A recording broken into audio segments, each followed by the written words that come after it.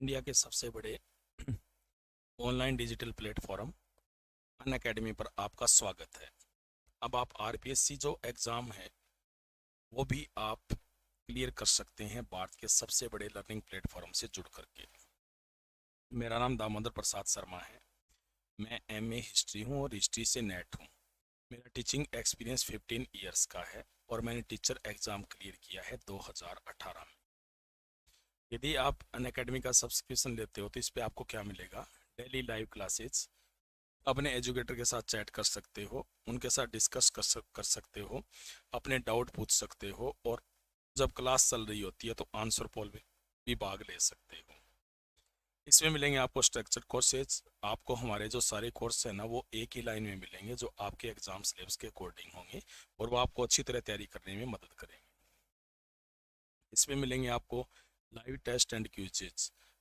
एक जो आपकी जो तैयारी करनी है ना तो उसके साथ आप रेगुलर मॉक टेस्ट में भाग ले सकते हो और क्विजेज में जा सकते हो और अपने जो परफॉर्मेंस है ना उसका एनालिसिस कर सकते हो।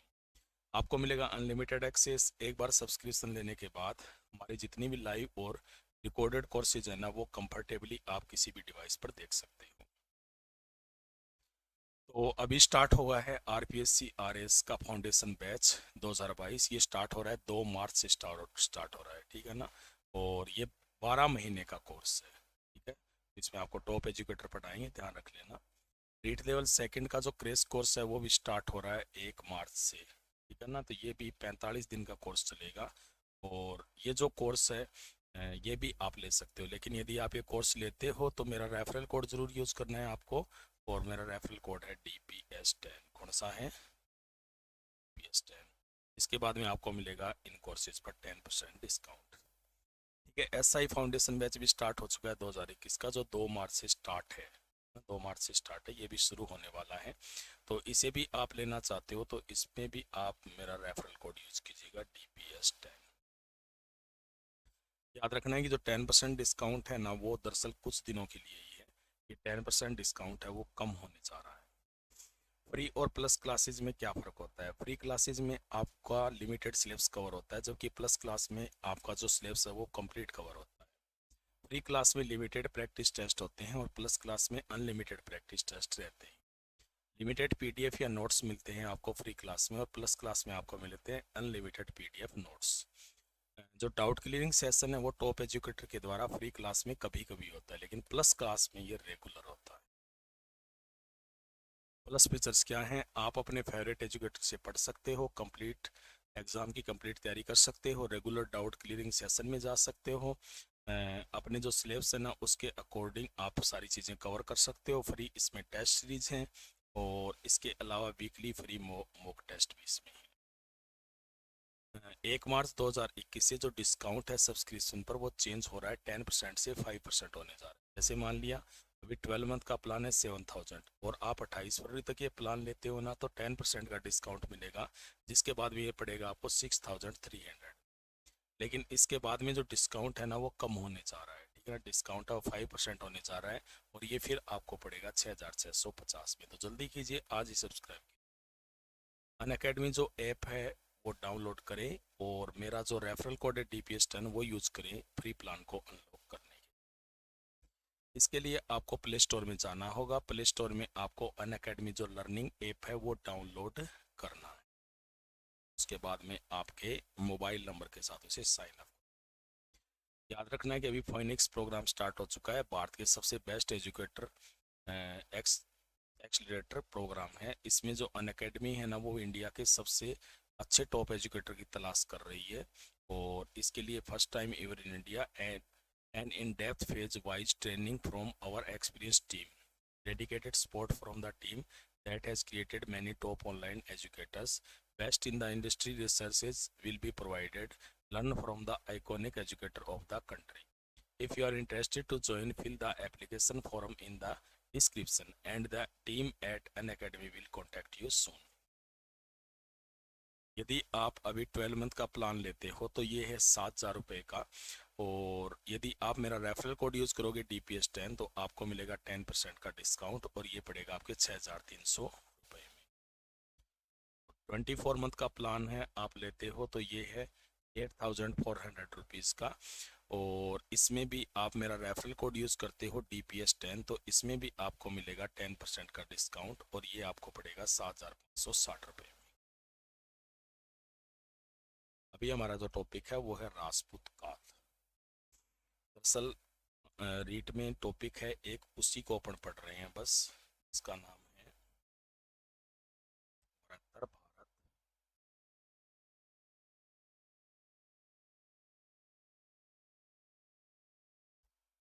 सौ से 1,000 इसके बारे में अपन। तो इस टॉपिक में अपने को कुछ वंश पढ़ने हैं, जिसमें अपन पढ़ेंगे पुष्यभूति वंश,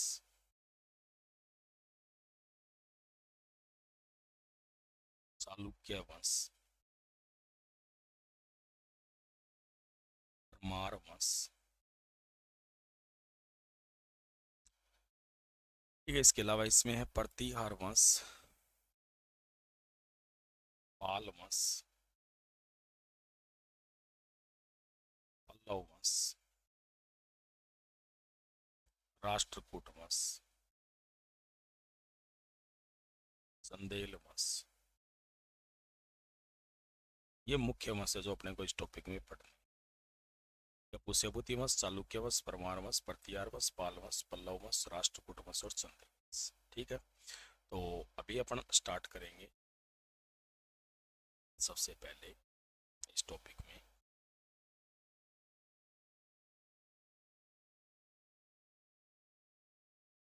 इस टॉपिक में अपन स्टार्ट करेंगे सबसे पहले चालुक्य, और वो गुजरात की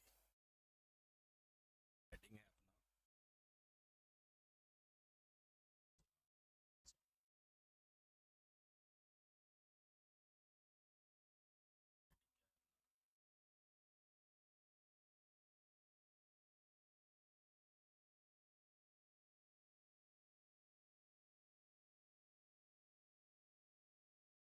इनके बारे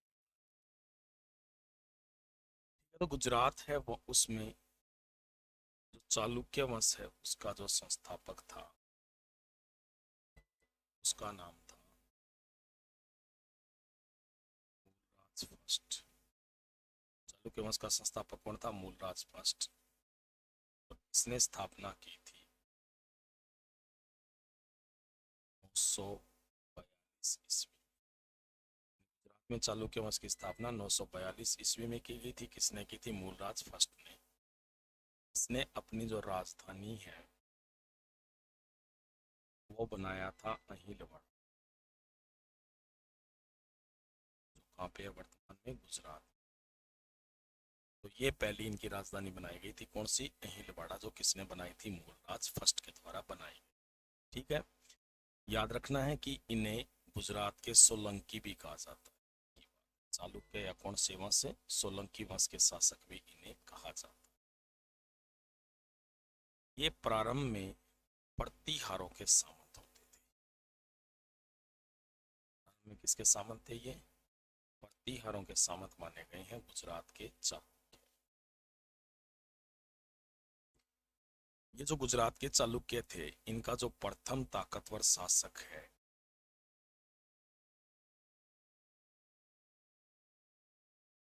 वो था भीमदेव फर्स्ट। ताकतवर शासक कौन था इनका? भीमदेव फर्स्ट था।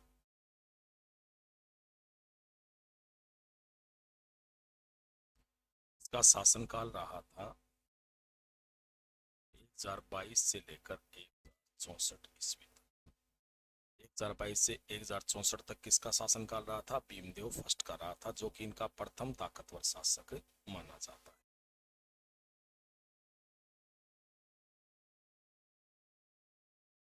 आपको याद रखना है कि जो भीमदेव फर्स्ट है, भीमदेव फर्स्ट, उसने परमार शासक भोज को पराजित किया। परमार वंश के शासक थे जिनका नाम क्या था? भोज। उसे इन्होंने पराजित किया। इनके समय ही 1025 ईस्वी में सोमनाथ मंदिर पर आक्रमण किया था।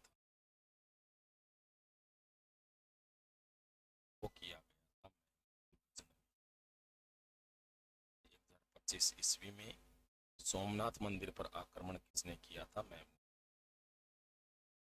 जैसे कि आपको पता है कि महमूद गजनवी ने भारत पर 1000 से लेकर 1027 तक कुल आक्रमण किए थे। कितने? 17 कितने आक्रमण किए थे? 17। और ये जो सोमनाथ मंदिर पर इसका आक्रमण है ना, ये कौन सा था? 15। ऐसा सोमनाथ मंदिर को पूरी तरह से लूटा गया किसके द्वारा? किसके द्वारा लूटा गया था? यहाँ पर भीमदेव फर्स्ट के द्वारा। फर्स्ट ने पूरी तरह से लूटा था कौन से मंदिर को? सोमनाथ को भीमदेव फर्स्ट के समय, सॉरी, महमूद गजनवी ने लूटा था। यानी महमूद गजनवी ने सोमनाथ मंदिर को लूटा, भीमदेव फर्स्ट है ना वो कुछ नहीं कर पाया। कहते हैं कि यहाँ पर हजारों पुजारी थे, उनका सर काट दिया किसने? महमूद। इसके बाद में इनका शासक हुआ था कर्ण सिंह। और कर्ण सिंह है ना, उसने एक उपाधि धारण की, त्रिलोक्यमल। त्रिलोक्यमल की जो उपाधि है वो किसके द्वारा धारण की? कर्ण सिंह के द्वारा। हालांकि इनका जो सबसे ताकतवर शासक है या प्रसिद्ध शासक है उसका नाम था जय सिंह सिद्धराज। किसको पढ़ेंगे अभी? जय सिंह सिद्धराज को पढ़ेंगे। जय सिंह सिद्धराज का जो शासनकाल है वो माना जाता है 1094 से लेकर 1153। 1094 से लेकर 1153 तक किसका शासनकाल रहा था? जय सिंह सिद्धराज का। ये इनका गुजरात के चालुक्यों का सबसे प्रसिद्ध शासक मान। गुजरात के चालुक्यों का प्रसिद्ध शासक था सबसे। कौन था? जय सिंह सिद्धराज। जय सिंह सिद्धराज के बारे में आपको याद रखना है कि जय सिंह सिद्धराज की जो माता और संरक्षक है उसका नाम था मैनाल देवी।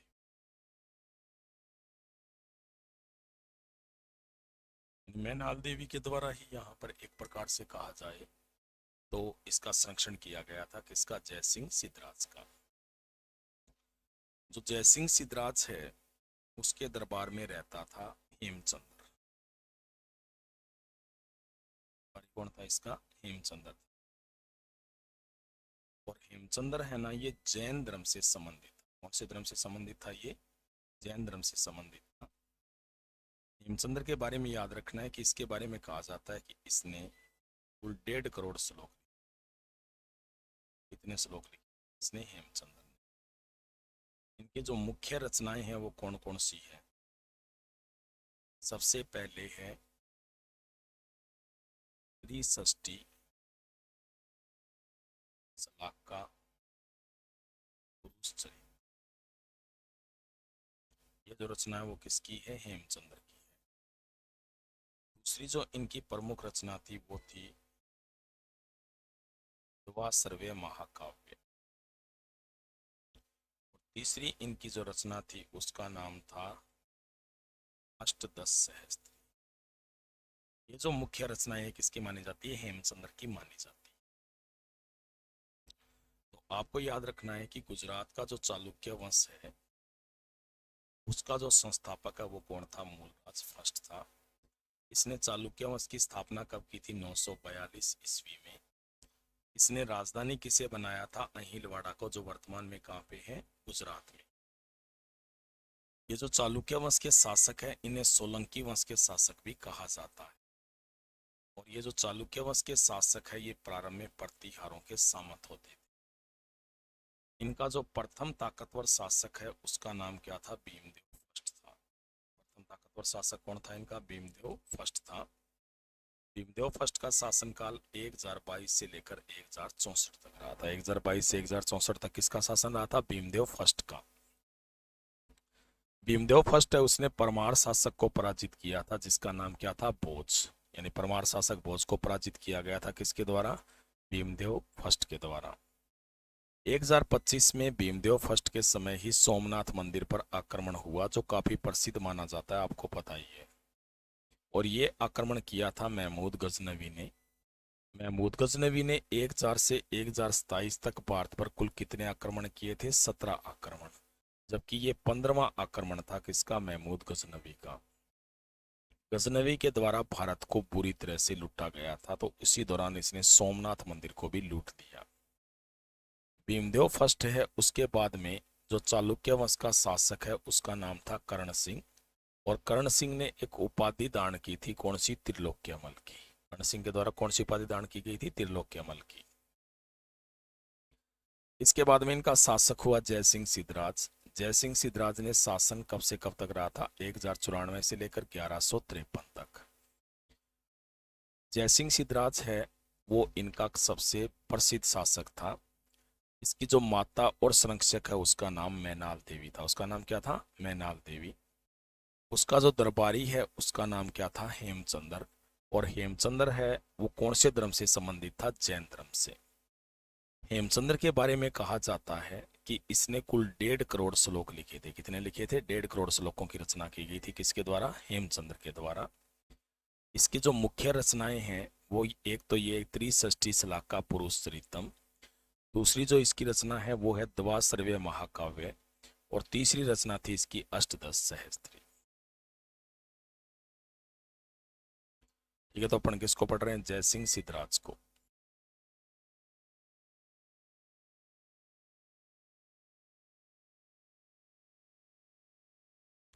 जिसका शासनकाल 1094 से लेकर कब तक रहा था? 1153 तक।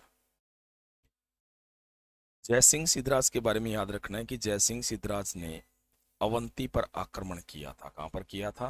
अवंती पर आक्रमण किया गया था जय सिंह सिद्धराज के द्वारा। और अवंती पर इसने जब आक्रमण किया तो वहां का शासक था परमार वंश का शासक। परमार वंश का शासक था, और परमार वंश के शासक का नाम क्या था? यशोवर्मन। यानी यशोवर्मन को पराजित किया गया किसके द्वारा? जय सिंह सिद्धराज के द्वारा।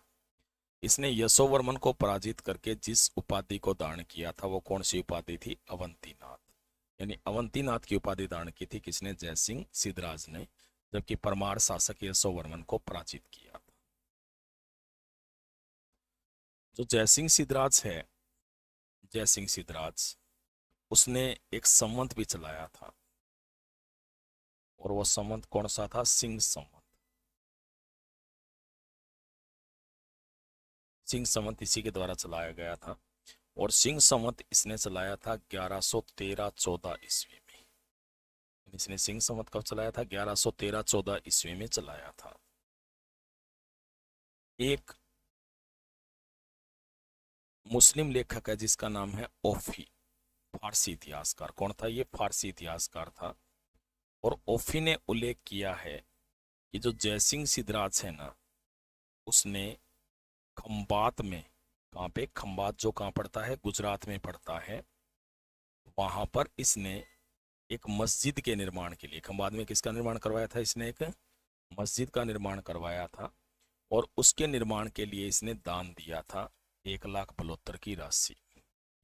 यानी 1,72,000 की राशि दान की गई थी। किसके द्वारा दान की गई थी? ये जयसिंह सिद्धराज के द्वारा। तो आपसे पूछा जाए कि भारत में प्रथम हिंदू शासक कौन था जिसने एक मस्जिद के लिए दान दिया था, तो वो कौन था? जयसिंह सिद्धराज था। मतलब इसके अलावा किसी के द्वारा भी दान नहीं दिया गया था। किसके निर्माण के लिए? मस्जिद निर्माण के लिए। तो जो पहला शासक है वो किसे मानेंगे अपन? जयसिंह सिद्धराज को ही मानेंगे। जयसिंह सिद्धराज है ना, उसने सोमनाथ मंदिर पर, जयसिंह सिद्धराज के समय सोमनाथ मंदिर पर एक कर लगता था।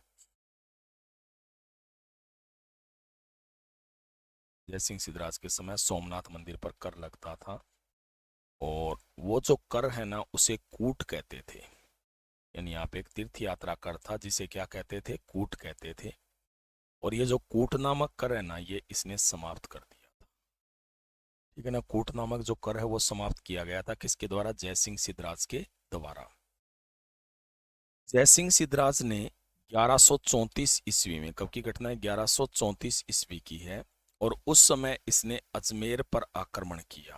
कहां पर आक्रमण किया था? अजमेर पर आक्रमण किया गया था। और ये आक्रमण कब किया गया था? 1134 ईस्वी में। और उस समय वहां पर चौहानों का शासन था। किसका शासन था? चौहानों का शासन था। यानी उस समय वहां पर चौहानों का शासन था और इसका मुकाबला हुआ था चौहान शासक अर्णोराज चौहान के साथ। यानी इसका मुकाबला किसके साथ हुआ था? चौहान शासक अर्णोराज चौहान के साथ। इसने जो अर्णोराज चौहान है ना, इसने जयसिंह सिद्धराज को पराजित कर दिया। हालांकि चालुक्य लेखों में लिखा गया है कि इसे पराजित किसने किया था? जयसिंह सिद्धराज ने अर्णोराज को।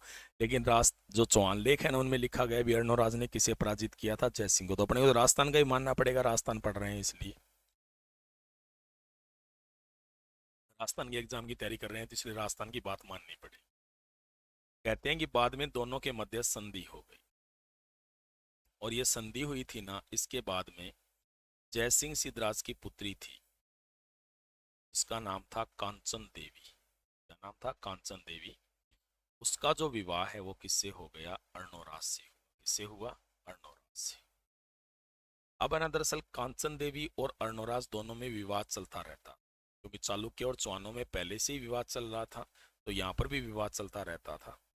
दरअसल घटना बताई जाती है 1147 ईस्वी की। कब की घटना थी? 1147 ईस्वी की।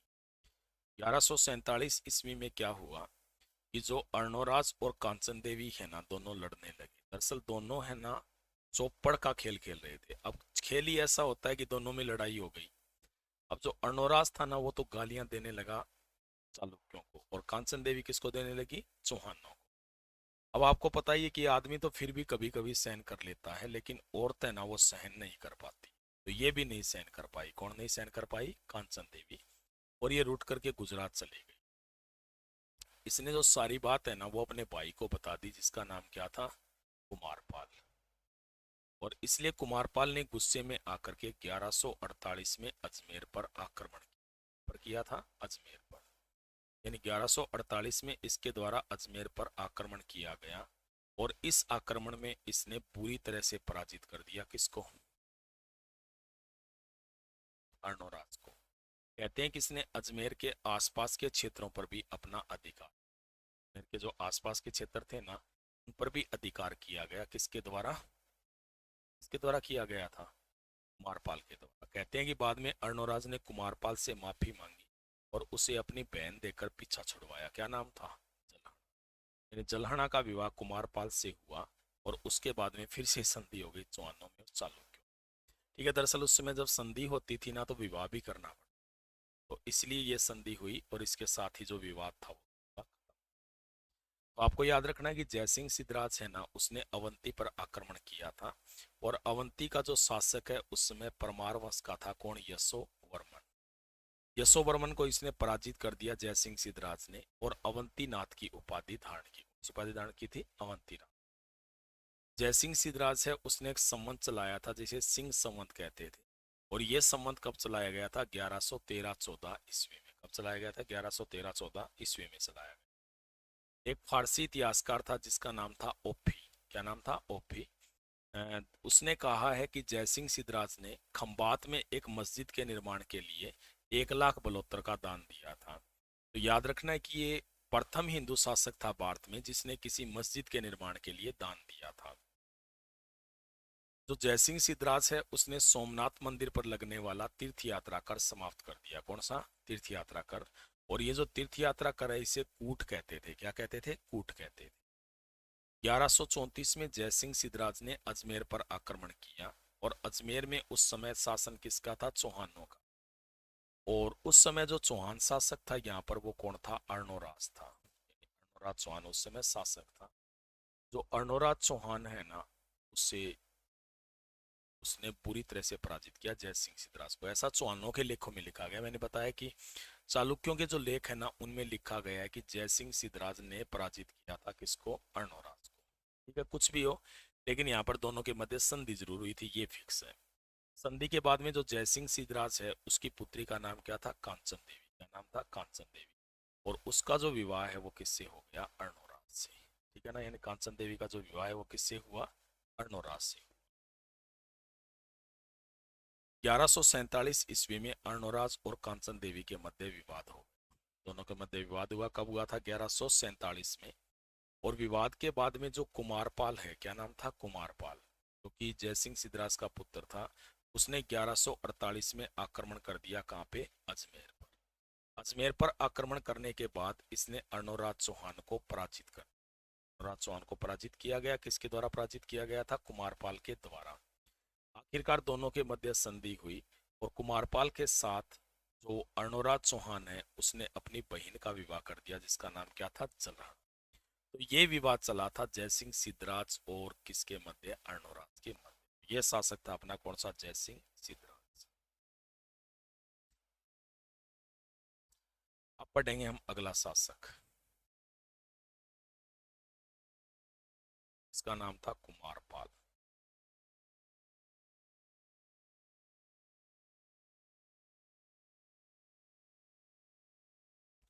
इसका शासनकाल रहा था 1153 से लेकर 1142।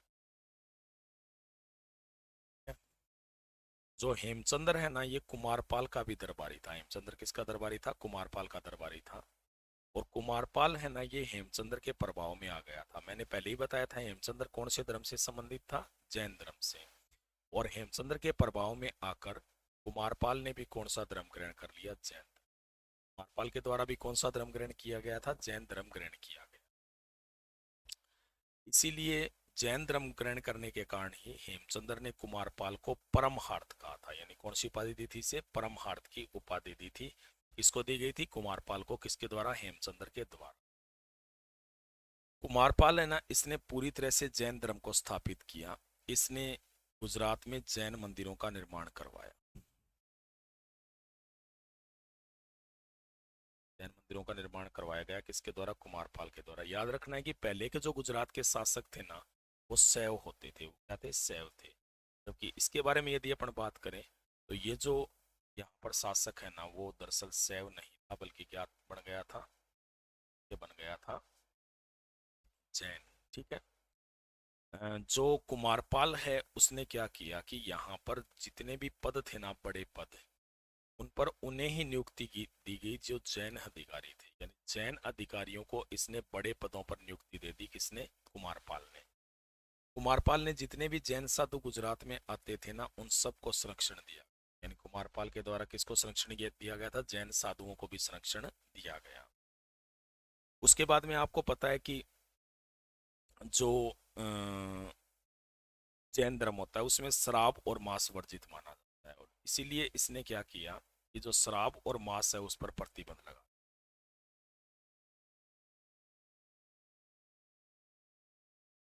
श्राप व मांस की बिक्री पर प्रतिबंध। ठीक है, श्राप व मांस की बिक्री पर प्रतिबंध लगा दिया। किसने? अब ना दरअसल शराब और मांस के व्यापारी आए। उन्होंने कहा कि आपने प्रतिबंध तो लगा दिया लेकिन लॉस तो हमारे हो रहा है ना, ऐसा कहा गया। इसके बाद में जो कुमारपाल है ना, उसने कहा कि आपकी 3 वर्ष की आय कितनी है? 3 वर्ष की आय पूछी गई। उन्होंने आय बता दी। तो इसने 3 वर्ष की आय के बराबर उन्हें दंड दिया और कहा कि 3 वर्ष के बाद में दूसरा व्यवसाय शुरू कर। तो ऐसा करने वाला ये पहला शासक था। मतलब आज तक किसी ने ऐसा नहीं किया था। हालांकि प्रतिबंध तो बहुतों ने लगाया, लेकिन उसकी क्षतिपूर्ति करने वाला पहला शासक कौन था? कुमारपाल था, जिसने शराब के व्यापारियों और जो कसाई थे ना, उन्हें 3 साल की आय के बराबर धन दिया। कुमारपाल के बारे में याद रखना है कि इसने सोमनाथ जो मंदिर है उसका इसने पुनर्निर्माण, सोमनाथ मंदिर का पुनर्निर्माण भी करवाया गया था। किसके द्वारा? कुमारपाल के द्वारा। कुमारपाल के बारे में आपको इतना याद रखना है कि इसका दरबारी हेमचंद्र था। क्या नाम था? हेमचंद्र। और हेमचंद्र के प्रभाव में आकर इसने कौन सा धर्म ग्रहण कर लिया? जैन धर्म। जैन धर्म ग्रहण किया गया था। किसके प्रभाव में आकर? हेमचंद्र के प्रभाव में आकर। किसने किया था? कुमारपाल ने। कुमारपाल है ना, उसे हेमचंद्र के द्वारा परमहार्थ कहा गया था। क्या कहा गया था? परमहार्थ। कुमारपाल ने क्या किया कि गुजरात में जैन मंदिरों का निर्माण करवाया, और जो बड़े पद थे ना, उन पर नियुक्ति किसकी कर दी? जैन अधिकारी। उसके बाद इसने जो जैन साधु थे ना, उन्हें संरक्षण भी दिया गया था। किसके द्वारा? कुमारपाल के द्वारा।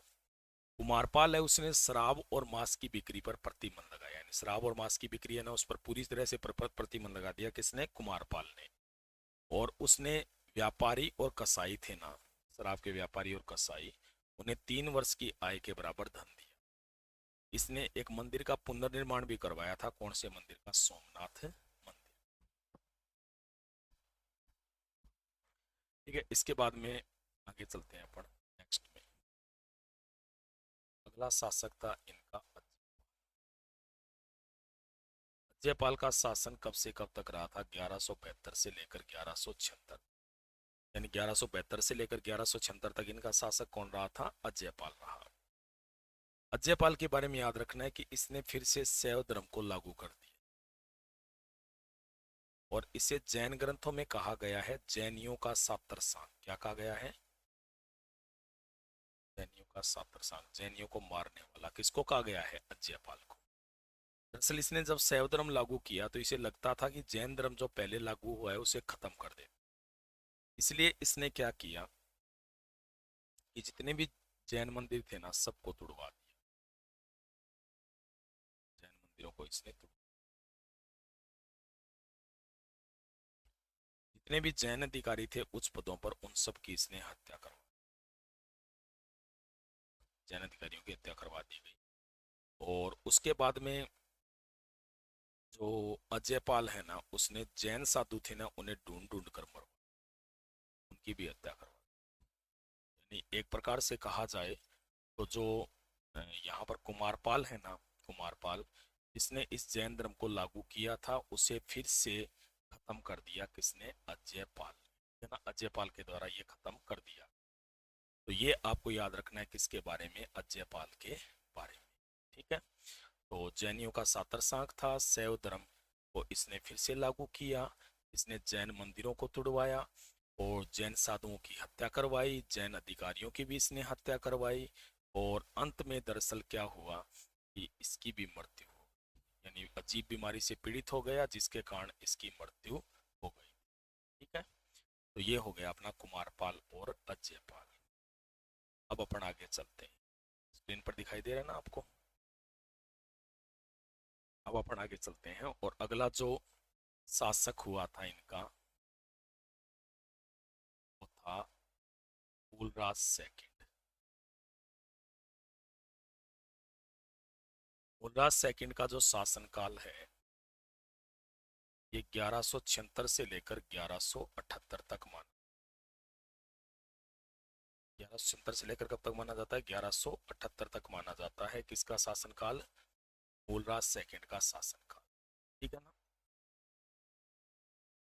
ठीक है, आपको याद रखना है कि जो फूलराज सेकंड है, फूलराज सेकंड ये जब शासक बना तो उस समय छोटा था और इसी कारण एक प्रकार से कह सकते हैं कि इसका जो संरक्षण है, इसका जो संरक्षण किया गया था वो किया गया था इसकी माता के द्वारा जिसका नाम था नाइकी देवी। क्या नाम था? नाइकी देवी के द्वारा इसका संरक्षण किया गया। ठीक है ना, नाइकी देवी ने इसका संरक्षण किया था। इसका सेकंड का।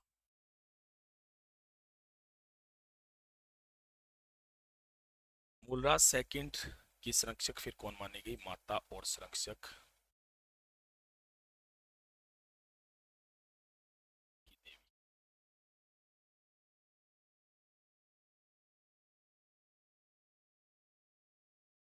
की देवी इसकी क्या थी? माता और संरक्षक।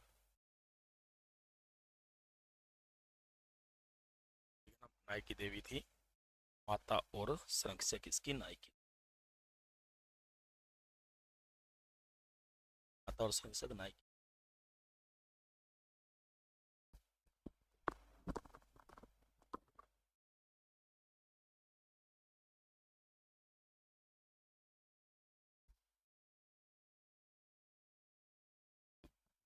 ठीक है, इसके बाद में जो मूलराज सेकंड है, मूलराज सेकंड उसके बारे में आपको याद रखना है कि इसके समय 1178 ईस्वी में आक्रमण किया था मोहम्मद गोरी ने।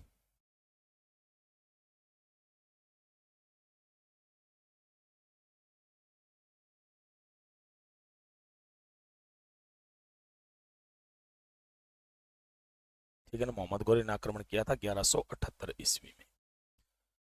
याद रखना है कि 1178 ईस्वी में जब मोहम्मद गौरी ने आक्रमण किया तब शासक मूलराज सेकंड ही था। अब मोहम्मद गौरी के बारे में अपन परिचय पढ़ लेते हैं। पूरा नाम था इसका मोहम्मद शिहाबुद्दीन गौरी।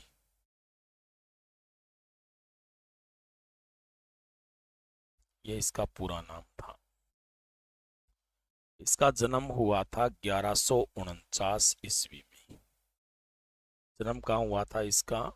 गोर प्रदेश में हुआ था, जो तुर्की में पड़ता है। कहाँ पड़ता है? तुर्की में। ठीक है। 1173 ईस्वी में ये गजनी का सुल्तान बना। कहाँ का सुल्तान बना था? गजनी का सुल्तान। गजनी है ये कहाँ पड़ता है? अफगानिस्तान में पड़ता है। और वहीं का ये सुल्तान बना था। कब बना था? 1173 ईस्वी में बना था। ठीक है। उसके बाद में आपको याद रखना है कि इसने 1175 ईस्वी में भारत पर पहला आक्रमण किया था। कब किया था? 1175 में। 1175 ईस्वी में इसने भारत पर प्रथम आक्रमण किया। और ये जो आक्रमण है ये मुल्तान पर किया गया था। कहाँ किया गया था? मुल्तान पर। मुल्तान वर्तमान में कहाँ पे है? पाकिस्तान में पड़ता है। तो ये इसका प्रथम आक्रमण था, जो किसके द्वारा किया गया था? मूलराज सेकंड के समय जब आक्रमण हुआ था, तो उससे पहले भी कर चुका था ये। ठीक है ना। 1175 में गोरी है ना, उसका मकसद था भारत में साम्राज्य की स्थापना करना। यानी गोरी है ये भारत में साम्राज्य की स्थापना करना चाहता था। इससे पहले जितने भी शासक आए थे ना, उनका लक्ष्य था, मतलब तुर्क आक्रमणकारी आए थे, अरब आक्रमणकारी आए थे, उनका जो लक्ष्य था वो था भारत को लूटना। तो ये जो पहला था, जो एक प्रकार से कह सकते हैं कि भारत में साम्राज्य की स्थापना करना चाहता था। ठीक है। इसके बाद में आपको याद रखना है कि जो मूलराज सेकंड है, उसके समय जब आक्रमण किया, तो उस समय 1178 ईस्वी में एक युद्ध हुआ, जिसे कहते हैं अहिलवाड़ा का युद्ध। कौन सा युद्ध हुआ था? अहिलवाड़ा का युद्ध हुआ। और ये कब हुआ था? 1178 ईस्वी में। और अहिलवाड़ा ये कहाँ पे पड़ता है? गुजरात में पड़ता है। ठीक है। ये जो युद्ध हुआ था, इसमें मूलराज सेकंड है, उसका सामना हुआ किससे? मोहम्मद गोरी से। मोहम्मद गोरी से मूलराज सेकंड का सामना हुआ था। इस युद्ध में जो मूलराज सेकंड है, उसकी सेना का वास्तविक नेतृत्व किया था नाइकी देवी ने। किसने किया था? नाइकी देवी ने किया। अब याद रखना है कि जो यहाँ पर मूलराज सेकंड है ना, वो छोटा था। अब राजपूत है ना, उन्होंने पहले से ही उन्हें लग रहा था कि हार सकते हैं, इसलिए उन्होंने अंतिम कोशिश करनी चाहिए। दरअसल ये पहाड़ी वाला इलाका है, वैसे आबू के पास ये हुआ था, और इसलिए इस हिलवाड़ा के युद्ध को आबू का युद्ध भी कहते हैं। यानी इसका दूसरा नाम क्या है? आबू का युद्ध। तो एक ही बात है, हिलवाड़ा का युद्ध या आबू का युद्ध। और ये कब हुआ था? 1178 ईस्वी में हुआ था। किसके मध्य हुआ था? मूलराज सेकंड और मोहम्मद गोरी के मध्य। ये जो युद्ध हुआ था, इस युद्ध में राजपूतों ने दरअसल छापामार पद्धति का प्रयोग किया और तुर्क सेना को खदेड़ दिया, और मोहम्मद गोरी को भी यहाँ से भागना पड़ा। हालांकि कहते हैं कि मूलराज सेकंड और नाइकी देवी है ना, वो इस युद्ध में मारे गए थे। दोनों के दोनों युद्ध मारे गए, लेकिन युद्ध यहाँ पर मूलराज सेकंड ने जीता था, क्योंकि गोरी को यहाँ से भागना पड़ा था। ठीक है। याद रखना है कि ये गोरी की भारत में पहली हार थी। यानी अब तक जो गोरी है ना, वो भारत में कोई युद्ध नहीं आ रहा था। भारत में जो प्रथम हार है गोरी को, वो कब मिली थी? 1178 में। कौन से युद्ध में मिली थी? अहिलवाड़ा के युद्ध। ये था मूलराज सेकंड। इसके बाद में इनका शासक हुआ, जिसका नाम था भीमदेव सेकंड। और भीमदेव सेकंड का जो शासनकाल है, वो माना जाता है 1178 से लेकर के 1228 तक, 38 तक, सॉरी 1238 तक इसका शासनकाल रहा था। भीमदेव सेकंड जब शासक नहीं बना था, उस समय ही 1177 में पृथ्वीराज चौहान थर्ड था ना, उसके पिता थे, जिनका नाम था सोमेश्वर चौहान। उसके साथ इनका कोई विवाद हो गया था। इसने सोमेश्वर चौहान को आबू में आमंत्रित किया और सोमेश्वर चौहान की हत्या कर दी। यानी चौहान शासक सोमेश्वर चौहान की जो हत्या है, वो किसके द्वारा की गई थी? तो याद रखना है, किसके द्वारा की गई थी ये हत्या? भीमदेव सेकंड के द्वारा। ठीक है। इसके बाद में भीमदेव सेकंड है, उसके समय जो आबू है, वहां का शासक था जैत सिंह। आबू का शासक कौन था उस समय? जैत सिंह था। ये आबू का शासक था। जैत सिंह है, उसकी पुत्री थी इंचिनी देवी। क्या नाम था? इंचिनी देवी था। तो जो इंचिनी देवी है ना, ये पसंद आ गई किसको? भीमदेव सेकंड को। पहली बार देखा था वो, पहली नजर का प्यार, ठीक है ना, वो बहुत बड़ा प्यार होता है। तो ऐसा ही लगा किसको? भीमदेव सेकंड को। लेकिन इंचिनी देवी है ना, इसे घास डालना भी पसंद नहीं। क्या हुआ जो मुझे देख के पसंद कर लिया? ये तो तुम्हारी जिंदगी भी ऐसा, ठीक है ना, ये तुम्हारी जिंदगी से मुझे कोई भी काम नहीं है, ऐसा कहा इंचिनी देवी ने। मत कहने का मतलब ये है कि इंचिनी देवी ने रिजेक्ट कर दिया इसको, भीमदेव सेकंड को। अब भीमदेव सेकंड है, उसने पूछा फिर जैत सिंह से, लेकिन जैत सिंह ने भी कहा कि मेरी बेटी जो इंचिनी देवी है उसकी इच्छा पर ही निर्भर करता है, ऐसा कहा गया। अब इसीलिए भीमदेव सेकंड ने क्या किया कि 1183 ईस्वी में आक्रमण कर दिया। इसका यही मकसद था, अभी आक्रमण कर दें। तो 1183 में इसने आक्रमण किया, और ये आक्रमण कहाँ पे किया गया? आबू पर। अब जैसे ही आक्रमण किया, यहाँ पर आ गया पृथ्वीराज चौहान थर्ड अपने पिता का बदला लेने। हालांकि कुछ कहते हैं इंचिनी देवी से प्यार भी करता था, ठीक है ना, ऐसा भी लिखा गया है। प्यार में, पिता के बदले में, कैसे भी हो, लेकिन आ गया था यहाँ पे।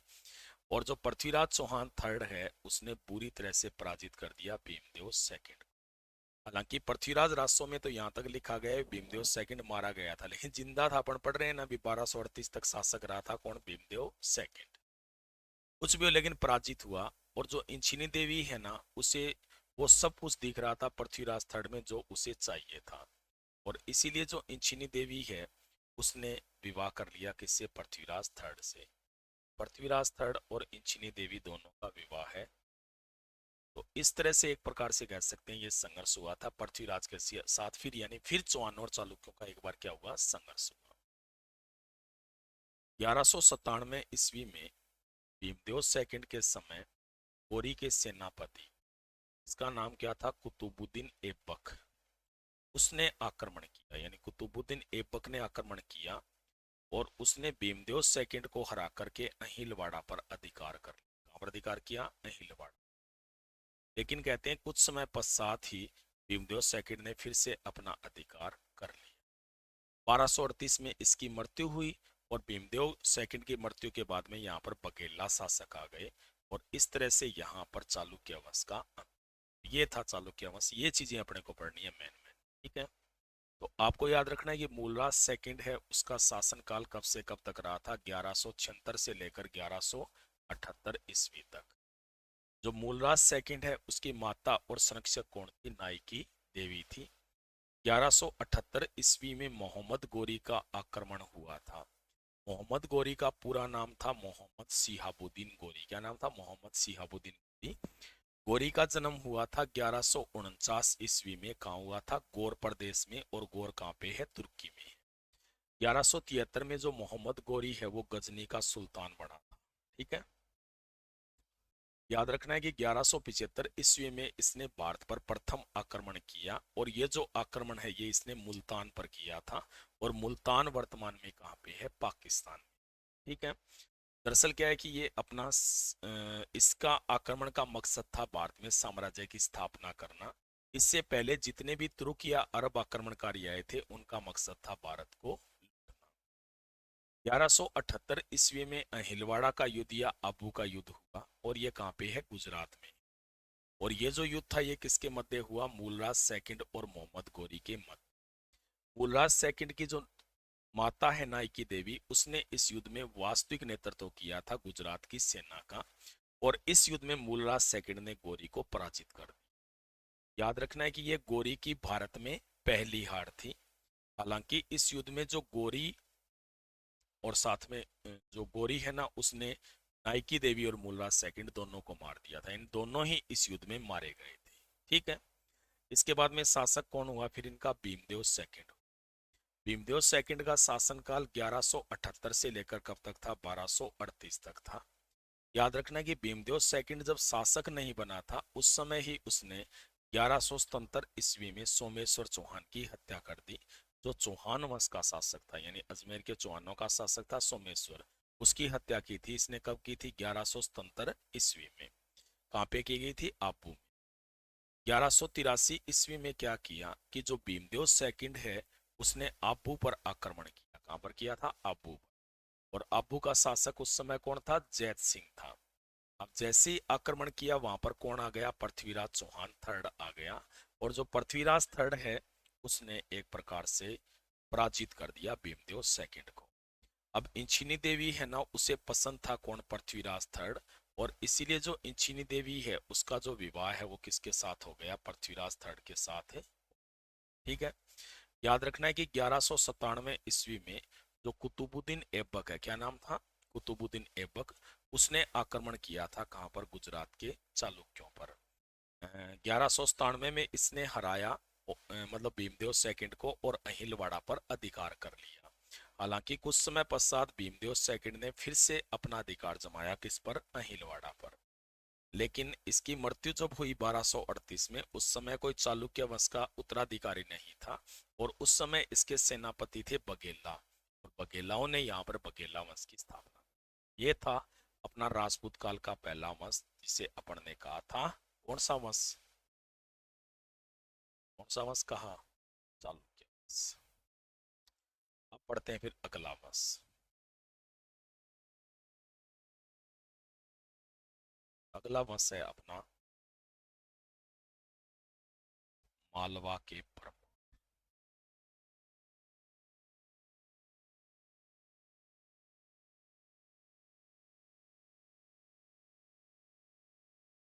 मालवा है वो कहाँ पे है? गुजरात प्लस।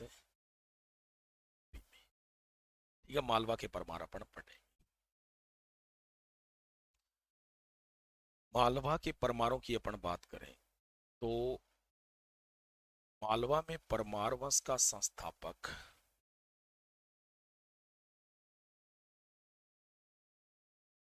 मालवा में परमार वंश का संस्थापक कौन था? उपेंद्र था। क्या नाम था? उपेंद्र। और उपेंद्र ने 800 ईस्वी में, कब? 800 ईस्वी में इसने मालवा में कौन से वंश की स्थापना की थी? परमार वंश की। मालवा के परमारों का संस्थापक कौन था? उपेंद्र। और 800 ईस्वी में इसने कौन से वंश की स्थापना की थी? परमार वंश की। ठीक है। याद रखना है कि ये भी प्रारंभ में प्रतिहारों के सामंत,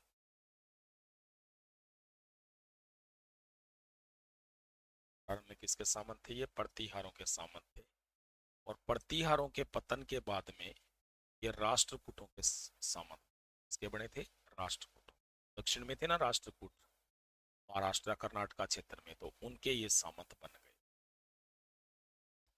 आपसे पूछा जाए कि इनका प्रथम स्वतंत्र शासक कौन था? मालवा के परमाणु का प्रथम जो स्वतंत्र शासक कौन था? तो आपको याद रखना है कि ये जो स्वतंत्र शासक था ना, उसका नाम क्या था? सियाक सेकंड। क्या नाम था? सियाक सेकंड।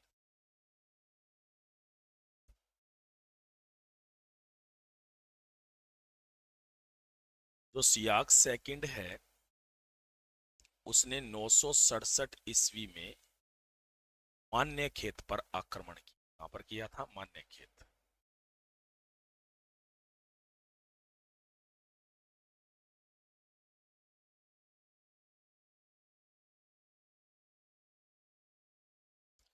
मान्य खेत पर आक्रमण किया गया 967 ईस्वी में।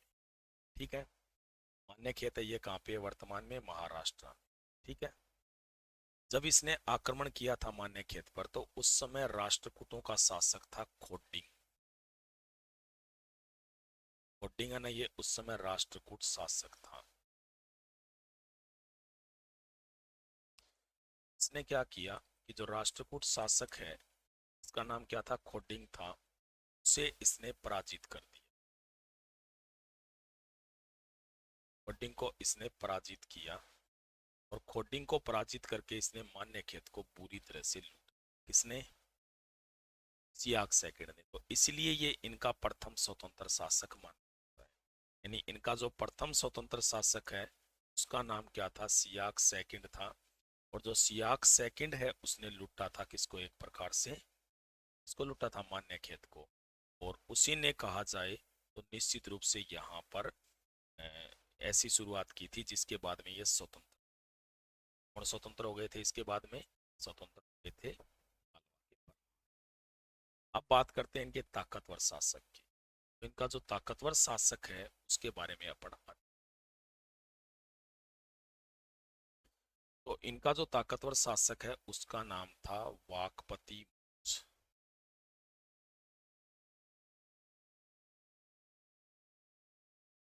वाकपति मुंज का शासनकाल माना जाता है 975 से 997। कई जगह 994 भी लिखा गया है। ये इस कारण है क्योंकि लास्ट में इसकी हत्या कर दी गई थी, इसलिए इसके शासनकाल में अलग अलग यहाँ पर वर्णन मिले। जो मुंज है ये परमारों का सबसे ताकतवर शासक था। परमारों का सबसे जो ताकतवर शासक है उसका नाम क्या था? ठीक है, परमाणु का सबसे ताकतवर शासक कौन था? मुंज। मुंज के बारे में याद रखना है कि मुंज की उपाधियां थी। कौन सी उपाधियां थी इसकी?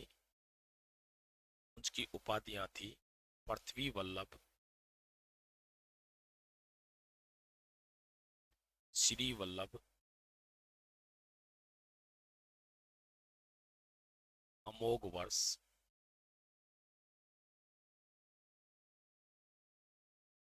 ये उपाधियां थी किसकी? वाकपति। वाकपति मुंज को इसके दरबारी जिसका नाम था पद्मगुप्त, इसने इसे कहा था उत्पल राज। क्या कहा था इसे? उत्पल राज कहा था किसको? वाकपति।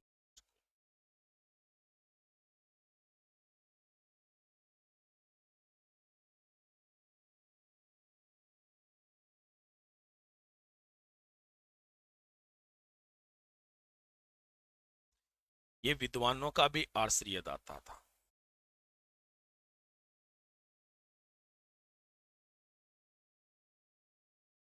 यानी इसके दरबार में विद्वान भी रहते थे। कौन कौन विद्वान थे इसके दरबार में बता देता हूँ ये आपको। पहला तो पद्मगुप्त ही था, ये आ चुका है एक दो बार क्वेश्चन एग्जाम में। पद्म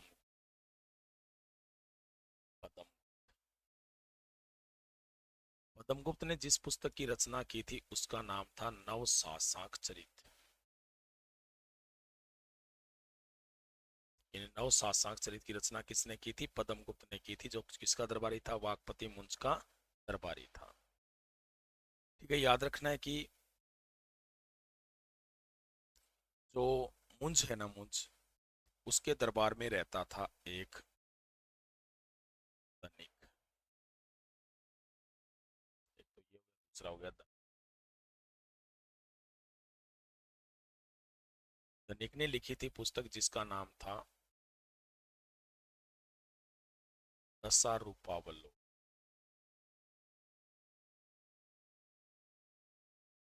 ये धनिक की पुस्तक। इसने एक और ग्रंथ लिखा था जिसका नाम था काल निर्णय। क्या नाम था? काल निर्णय। उसके बाद में इसी के दरबार में था धनंजय। धनंजय ने लिखी थी पुस्तक कौन सी? 10 रूप। 10 रूपक पुस्तक किसके द्वारा लिखी गई थी? धनंजय के द्वारा लिखी थी। इसके बाद में अपन बात करें तो इसके दरबार में रहता था अमित गति।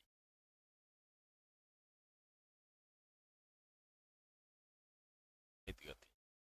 अमित गति की बात की जाए तो जो अमित गति है ना, उसने पुस्तक लिखी थी सुभाषित रतन संधो लिखी थी।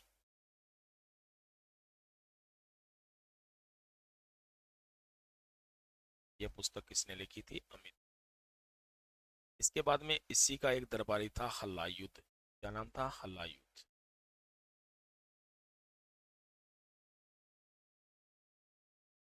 इसने लिखी थी पिंगल छंद शास्त्र पर टीका लिखी थी, इसका नाम था मर्त संजीव। ये सारे के सारे दरबारी है ना वो किसके थे? कि इसने एक और ग्रंथ लिखा था जिसका नाम था विधान। ठीक है, मैं दोबारा बता रहा हूँ एक बार। आपको याद रखना है कि मालवा के परमारों का शासन कहाँ रहा था? गुजरात और एमपी क्षेत्र में। मालवा के परमारमस का संस्थापक किसे माना जाता है? उपेंद्र को। याद रखना है जो परमार थे ये प्रारंभ में प्रतिहारों के सामंत थे, लेकिन बाद में ये किसके प्रतिहारों का पतन हो गया तो राष्ट्रकूटों के सामंत बन गए। इनका जो प्रथम स्वतंत्र शासक था वो था सियाक सेकंड, 967 ईस्वी में शासक बना। जो सियाक सेकंड है उसने मान्य खेत पर आक्रमण किया था। कहां पर आक्रमण किया था? मान्य खेत पर। इसने राष्ट्रकूट शासक खोडिंग को बुरी तरह से पराजित किया। इसको पराजित किया था? खोडिंग को। और उसके बाद उसने मान्य खेत को लूटा भी था। ठीक है। याद रखना है कि इसके बाद इनका जो सबसे ताकतवर शासक है वो बना था वाकपति मुंज, जिसका शासनकाल रहा था 972 से 997। तो ये सबसे ताकतवर था। वाकपति मुंज है, उसकी उपाधियां थी पृथ्वी वल्लभ, श्री वल्लभ और अमोघ वर्ष। ये सारी उपाधियां किसकी थी? वाकपति मुंज की थी। जबकि जो पद्मगुप्त है ना उसने इसे उपाधि दी थी कौन सी? उत्पल राज की। वाकपति मुंज है ये विद्वानों का भी आश्रयदाता था और इसके दरबारी पद्मगुप्त ने रचना की थी नव शासक चरित की। धनिक ने जो रचना की थी वो दशारूपावलोक की थी और काल निर्णय की। जबकि धनंजय ने रचना की थी किसकी? 10 रूपक की। जो अमित गति है उसने रचना की थी सुभाषित रतन संदोह की। और हलायुध ने रचना की थी किसकी? मर्त संजीवनी की। और एक ग्रंथ और था कौन सा? अभिधान रतनमाला। तो ये ग्रंथ।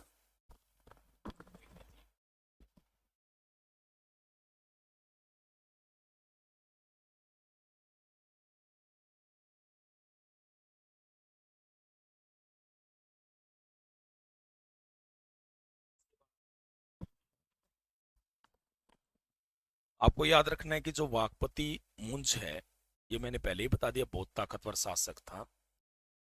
इसने मेवाड़ के शासक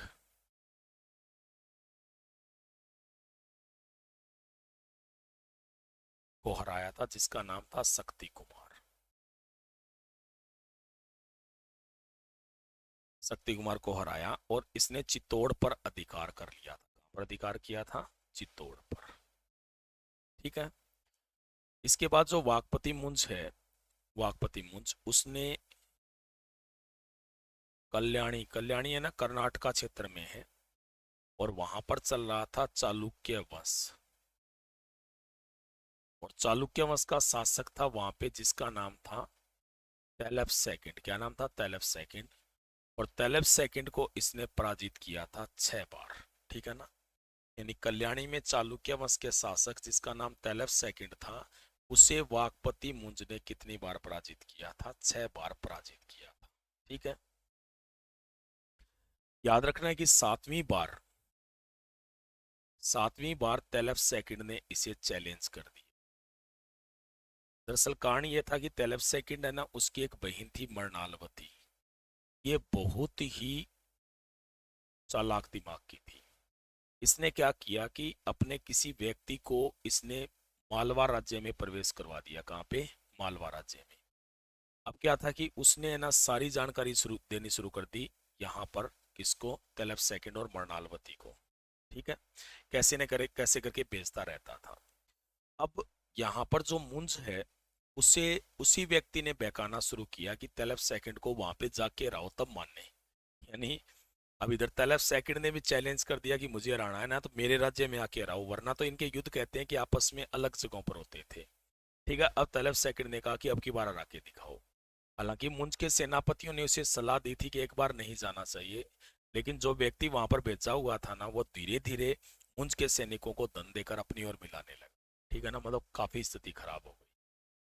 लेकिन मुंज को कोई मतलब नहीं था, उसने आक्रमण कर दिया। मुंज ने आक्रमण किया।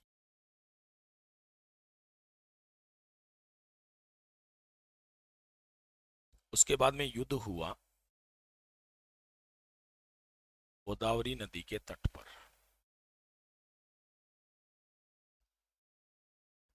ठीक है। गोदावरी नदी के तट पर युद्ध हुआ।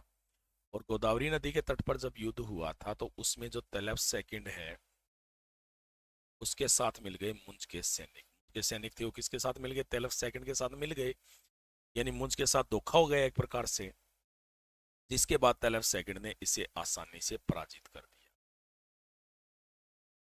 कहते हैं कि जो वाकपति मुंज है उसे फिर कैद कर लिया, मुंज है उसे कैद किया गया और मुंज को कैद करके मृणालवती के नियंत्रण में रखा गया। अब मृणालवती ये आमने सामने तो रहते थे, अब आपको कहते हैं दरअसल कहा है ना कि मत रहो मेरे सामने प्यार हो जाएगा, ठीक है ना, ऐसा ही कुछ हो रहा था मृणालवती के साथ भी। यानी मृणालवती इससे पसंद करने लगी, बल्कि मुंज भी किसको पसंद करने लगा, मृणालवती को पसंद करने लगा, दोनों में प्रेम हो गया। अब ना दरअसल ऐसे विवाह करना आसान काम नहीं था, क्योंकि तैलब सेकंड नहीं चाहता था कि इनका विवाह हो, मतलब ऐसे कोई नहीं चाहेगा। तो इसलिए मृणालवती और इन्होंने तय किया कि वो यहाँ से भागेंगे। दरअसल ऐसे भाग भी नहीं सकते थे, क्योंकि सैनिक काफी पहरेदार रहते थे वहां पर। और मुंज है ना, उसने कहा कि वो एक सुरंग बना रहा है, ठीक है ना, एक सुरंग बना रहा है और उसी में से वो भागेंगे, फिर ये कहा गया, ठीक है ना। अब है ना, मुंज था वो सुरंग बनाने लगा, मुंज और उसके सेनापति थे, यानी सुरंग तैयार हो चुकी थी, भागना ही बाकी था दोनों के लिए। अब कहते हैं कि जब भागने का दिन आया, तब मृणालवती ने कहा कि एक दिन वो अपने घर वालों के साथ रहना चाहती है। अब घर वालों के साथ रही ना, तो उसका प्रेम उमड़ आया और इसने सारी बात है ना वो किसको बता दी, तलब सेकंड को। तलब सेकंड को गुस्सा आया और उसने इसकी हत्या करवा दी। यानी 997 ईस्वी में इसकी हत्या करवाई किसने, तलब सेकंड ने। धोखा किसने दिया था इसे, मृणालवती के द्वारा धोखा दिया गया था। तो आपको इतना ही याद रखना है, विद्वानों का आर्सिधता मैंने बता दिया था। आपको याद रखना है वाकपति मुंज नहीं इनका ताकतवर शासक था, और उसने मेवाड़ के शासक को हराया था, शक्ति कुमार को। और शक्ति कुमार को हरा करके इसने चित्तौड़ पर अपना अधिकार किया था वाकपति मुंज ने। जो मुंज है उसने कल्याणी के चालुक्य वंश के शासक तैलव सेकंड को 6 बार पराजित किया था। कितनी बार पराजित किया था, 6 बार। 7वीं बार तैलव सेकंड ने इसे चैलेंज कर दिया, जिसके बाद 7वीं बार अपने सैनिकों द्वारा दिए गए धोखे के कारण गोदावरी नदी के तट पर पराजित हुआ। तैलव सेकंड ने इसे कैद कर लिया और इसे मृणालवती के नियंत्रण में रखा गया, ठीक है ना। मृणालवती ने इसे धोखा दे दिया और उसके बाद में इसकी हत्या कर दी तैलब सेकंड ने 997 ईस्वी। ये था वाकपति।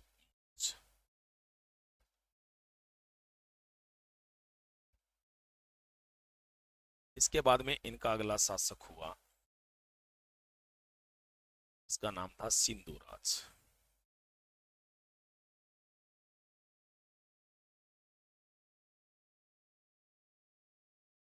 सिंधुराज का जो शासनकाल है वो माना जाता है 997 से लेकर के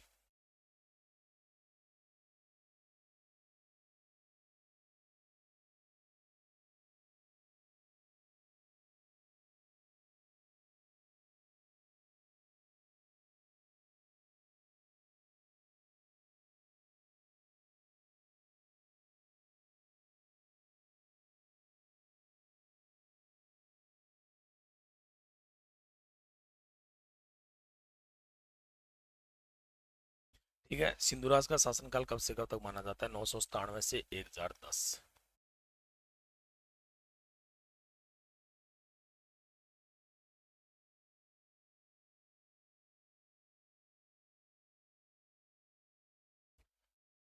सिंधुराज के बारे में याद रखना है कि कहते हैं कि इसके पास है ना एक सैनिक आया बसते बसते, और उसने आकर इसे सारी घटना बताई, जिसके बाद सिंधुराज है वो कल्याणी राज्य में चला गया।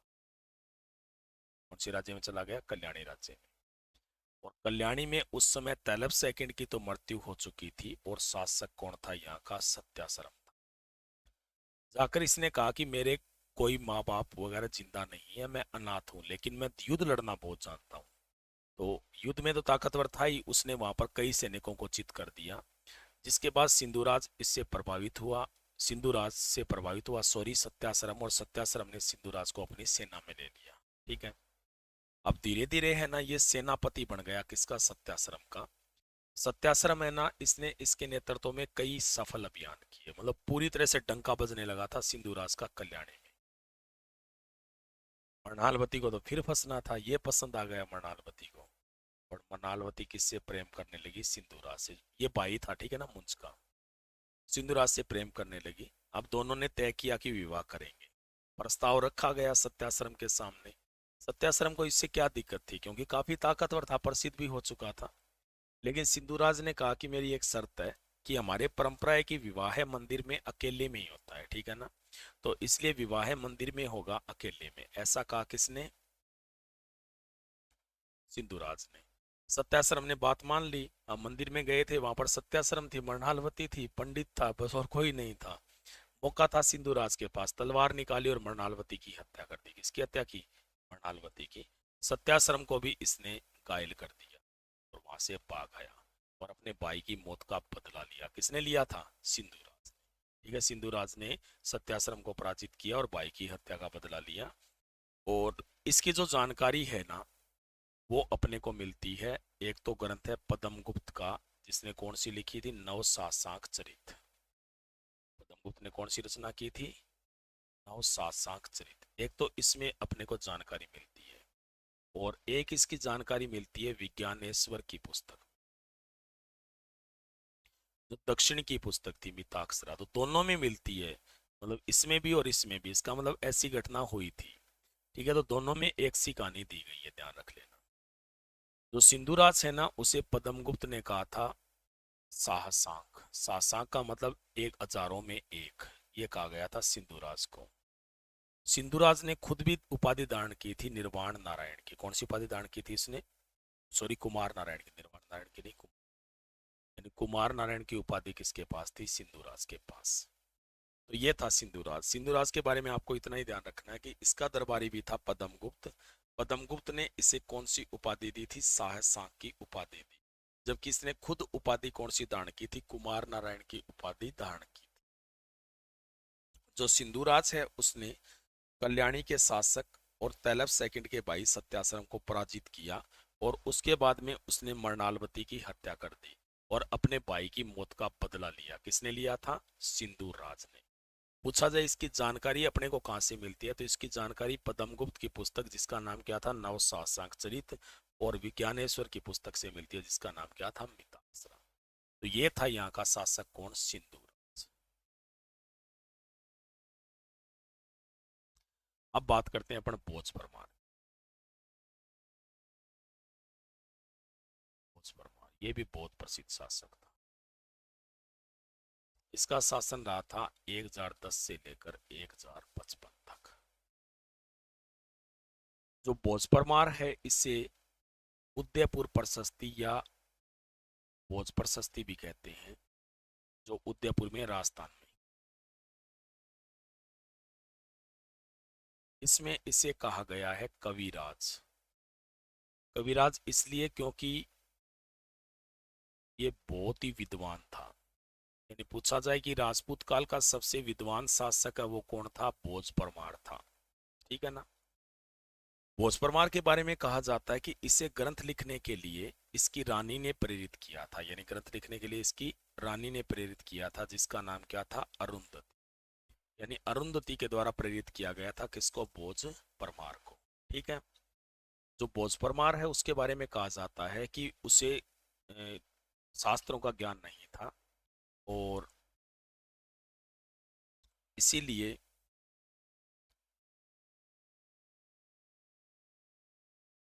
इसीलिए क्या हुआ कि यहाँ पर जो एक बार क्या हुआ कि यहाँ पर झगड़ा कर रहे थे, ठीक है ना। झगड़ा किसके द्वारा किया जा रहा था? यहाँ पर झगड़ा यहाँ पर किया जा रहा था, जो विद्वान आए हुए थे, लड़ रहे थे आपस में, ठीक है ना। और इसीलिए एक प्रकार से ये कहा गया कि इनको, बोझ को कुछ नहीं आता है, ये चर्चा कर रहे थे। अब बोझ है ना, दरअसल इस बात से दुखी हो गए, और बोझ जब महलों में गया ना, तो निराश था। अब रानी ध्यान रखती है, आपको पता है, और इसीलिए जो रानी अरुंधति है ना, उसने उसे विद्वान बनाना स्टार्ट किया, और इसे इतना विद्वान बना दिया गया कि आज तक कोई हुआ। तो इतना जबरदस्त विद्वान बना दिया किसको? बोझ परमार, ठीक है। तो बोझ परमार ने फिर 84 ग्रंथ लिख डाले। कितने ग्रंथ लिखे? 84। मुख्य ग्रंथ बता देता हूँ, 84 आपको नहीं याद रखने, ठीक है ना। तो मुख्य ग्रंथ कौन कौन से थे इसके? एक था उद्दंड काव्य, इसने लिखा था अवनी कुमार। इसने लिखा था सरस्वती कंठावरण।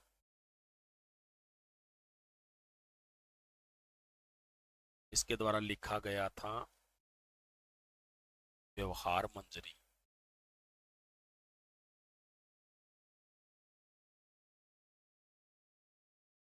इसने लिखा था चंपू रामायण। इसने लिखा था आयुर्वेद सर्वेसव।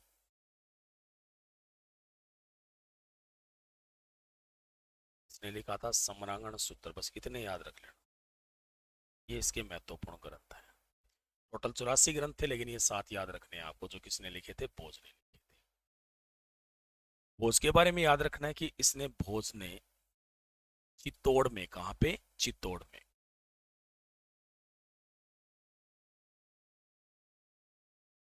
चित्तौड़ में भोज के द्वारा एक मंदिर का निर्माण करवाया गया था। कौन सा मंदिर था? त्रिभुवन। त्रिभुवन मंदिर का निर्माण इसने कहां पे करवाया था? चित्तौड़ में। याद रखना है कि इस मंदिर का पुनर्निर्माण बाद में मेवाड़ के एक शासक ने करवाया था, जिसका नाम था राणा मोक्कल।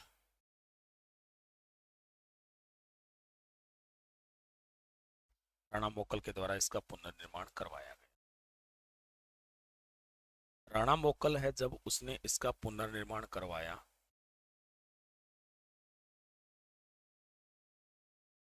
राणा मोक्कल के द्वारा, तो इसका नाम फिर अलग रख दिया। इसे कहा गया समाधीश्वर मंदिर।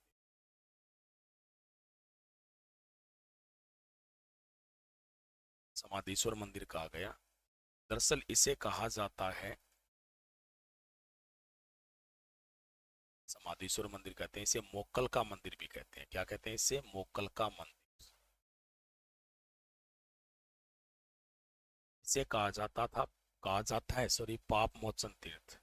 यहाँ पर एक पाप मोचन तालाब बना हुआ है, और इस तालाब में नहाने से पाप धुल जाते हैं, ऐसी मान्यता है। इसीलिए इसने पाप मोचन तीर्थ है ना, उसी का नाम पड़ गया किसका? समाधीश्वर मंदिर का। जो भोज परमार है, उसने एक कस्बा बसाया था भोजपुर, और इसने एक तालाब का भी निर्माण करवाया। कौन सा था? भोजसर। यानी भोजपुर कस्बा बसाया और भोजसर तालाब का निर्माण इसने करवाया था। किसने? भोज परमार ने। भोज परमार है, उसके उसके बारे में याद रखना है कि इसने उदयपुर में, कहां पे? उदयपुर में एक मंदिर और बनवाया था, जिसका नाम था नीलकंठेश्वर मंदिर। नीलकंठेश्वर मंदिर इसने कहा बनवाया था? उदयपुर में। ठीक है। जो भोज परमार है, भोज परमार, उसने अपनी जो राजधानी है, राजधानी प्रारंभ में इनकी उज्जैन थी। ध्यान रख लेना, मैंने स्टार्ट में बताई नहीं थी, यहाँ पे बता देता हूँ। इनकी राजधानी कौन सी थी? उज्जैन। लेकिन भोजन है, उसने अपनी राजधानी दारा को बना लिया। किसको बनाया? दारा को। दारा कहाँ पड़ता है? एमपी में पड़ता है। और दारा में इसने एक संस्कृत पाठशाला खुलवा दी। भोज के द्वारा एक संस्कृत पाठशाला खुलवाई गई। कहाँ पे? धारा में। और ये जो संस्कृत पाठशाला है ना, इसे भोजशाला कहा गया। संस्कृत पाठशाला को क्या कहा गया था? भोजशाला कहा गया। ये जो भोजशाला है, ये उस समय मध्य भारत में एक बड़ी संस्कृत पाठशाला थी, इसलिए मध्य भारत में शिक्षा का सबसे बड़ा केंद्र दारा था। जैसे उत्तर भारत में उस समय नालंदा था, दक्षिणी भारत की यदि अपन बात करें तो उस समय जो बड़ा केंद्र था वो कौन सा था? कांची था। वैसे ही मध्य भारत में सबसे बड़ा केंद्र कौन सा था? दारा था। ठीक है। इसके बाद में जो भोज परमार है, उसकी जो दारा में पाठशाला थी, भोजशाला, उसमें एक मूर्ति रखवाई गई थी, वाघ देवी की मूर्ति। इसकी मूर्ति थी वाघ देवी की मूर्ति। और ये जो वाघ देवी है, इसे कहा जाता है शिक्षा की देवी। वाघ देवी को क्या कहा जाता है? शिक्षा की देवी कहा जाता है। और ये मूर्ति इसने रखवाई थी कहाँ पर, बोधशाला में। ये जो वाग्देवी है, इसकी जो प्रतिमा है, उसकी प्रतिकृति का प्रयोग वर्तमान में किया जाता है ज्ञानपीठ पुरस्कार में। वर्तमान में कौन से पुरस्कार में करते हैं, ज्ञानपीठ पुरस्कार में इसका प्रयोग किया जाता है। और ये जो ज्ञानपीठ पुरस्कार है ना, ये कौन से क्षेत्र में दिया जाता है, साहित्य के क्षेत्र में। साहित्य के क्षेत्र में दिया जाता है कौन सा पुरस्कार, ज्ञानपीठ पुरस्कार। ठीक है। ये जो मूर्ति है ना, ये वैसे वर्तमान में भारत में नहीं है। इस मूर्ति को अंग्रेज ले गए। कौन ले गए, अंग्रेज। अंग्रेजों द्वारा इस मूर्ति को ले जाया गया और वर्तमान में ये लंदन संग्रहालय में।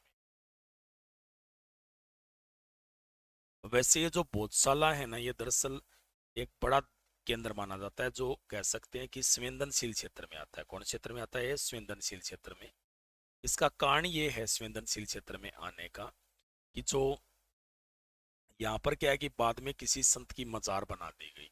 अब मुसलमान तो कहते हैं कि ये क्षेत्र हमारा है और हिंदू कहते हैं ये हमारा है। अब एक बार दिक्कत तब आ गई थी जब बसंत पंचमी को शुक्रवार आ गया। अब मुसलमानों ने काम तो नमाज पढ़ेंगे, इन्होंने काम तो बसंत पंचमी को पूजा करेंगे। अब यहाँ पर अंदर जैसे मूर्ति नहीं रखी हुई है, ध्यान रख लेना, जो ऐसा मानते हैं कि मूर्ति कभी ना कभी तो यहाँ पे आएगी, मतलब मूर्ति है ही नहीं, मतलब कल्पना के अनुसार मूर्ति मानी जाती है कि यहाँ पर मूर्ति रखी हुई है। ठीक है, ये ध्यान रखना है। तो ये एक प्रकार से बड़ा संवेदनशील केंद्र भी माना जाता है। कौन सा, बोधशाला। भोजपरमार है, उसका संघर्ष हुआ था चालुक्यों और कलचुरियों से। किससे हुआ था, चालुक्यों और कलचुरियों से हुआ था। 1055 ईस्वी में क्या हुआ कि चालुक्य शासक, इसका नाम था भीमदेव सेकंड,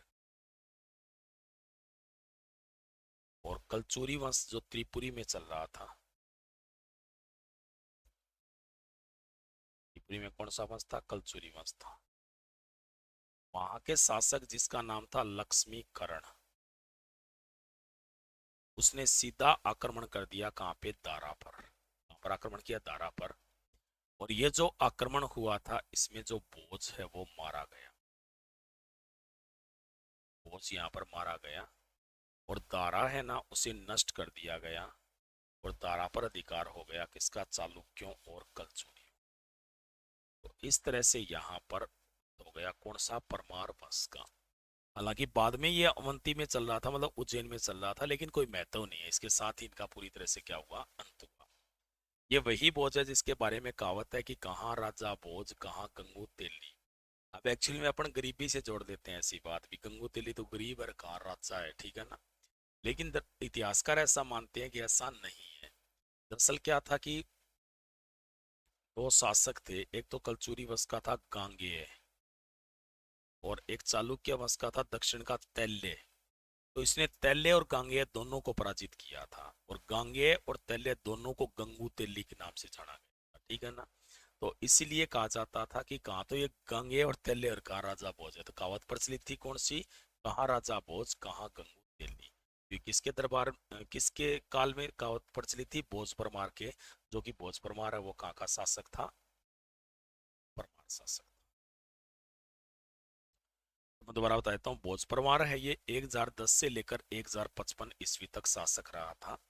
जो भोज परमार है, इसे उदयपुर या भोज प्रशस्ति में कविराज कहा गया है। कविराज का मतलब ये है कि ये बड़ा विद्वान शासक था। दरअसल ये राजपूत काल में सबसे विद्वान शासक के रूप में माना जाता है। और जो इसे ग्रंथ लिखने के लिए प्रेरित किया था, इसकी पत्नी ने, जिसका नाम क्या था, अरुंध। और कहते हैं कि इसने कुल 84 प्रकार के ग्रंथ लिखे थे। कितने ग्रंथ लिखे थे इसने, 84 ग्रंथों की रचना की थी।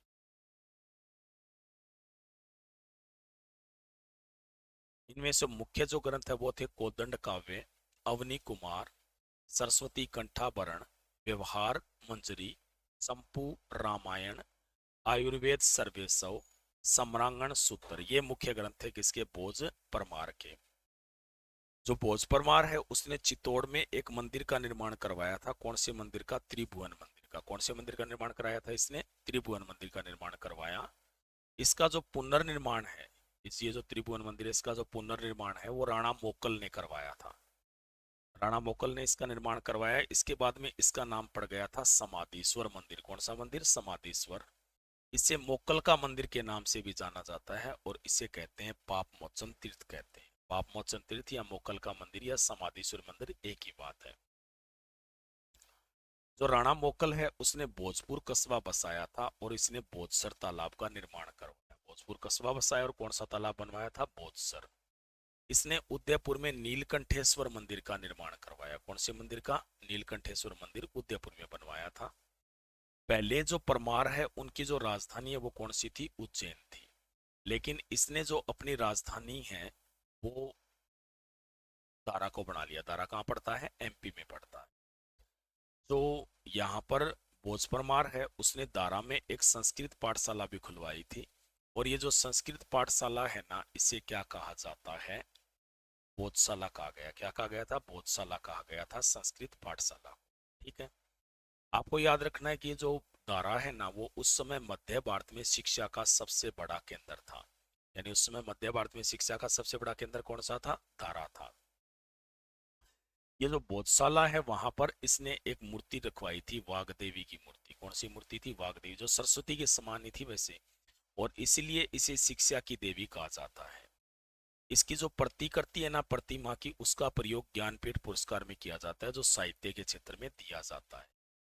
हालांकि ये मूर्ति यहाँ पे नहीं है, अंग्रेज ले गए। कौन ले गए? अंग्रेज। और ये जो मूर्ति है ये वर्तमान में रखी गई है कहाँ पर? लंदन संग्रहालय में। यानी वर्तमान में ये मूर्ति कहाँ रखी गई है? लंदन संग्रहालय में रखी गई है। ठीक है। 1055 ईस्वी में चालुक्य शासक जिसका नाम क्या था? भीमदेव सेकंड, और त्रिपुरी के कलचुरी वंश के शासक लक्ष्मीकर्ण ने गुट बना करके दारा पर आक्रमण कर दिया। इन्होंने दारा को नष्ट कर दिया और इसमें बोझ था वो मारा गया। तो इस तरह से जो परमार वंश है ना उसका पूरी तरह से यहाँ पर अंत हो गया। ठीक है। याद रखना है कि आपको कि इसके बारे में कहावत प्रसिद्ध है, कहाँ राजा भोज कहाँ गंगू तेली। तो ये कहावत ऐसा माना जाता है कि ये कहावत दरअसल गांगेय और तेल्य नाम के शासकों के कारण बनाई गई थी। ये दो शासक थे जिन्हें भोज बार बार पराजित करता था और इसीलिए ये कहावत चली थी, कहाँ राजा भोज कहाँ गंगू तेली। ठीक है। तो ये हो गया परमार वंश। अब थोड़ा दक्षिण में चलते हैं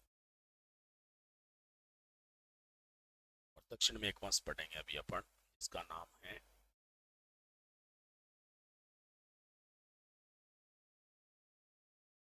राष्ट्रकूट वंश।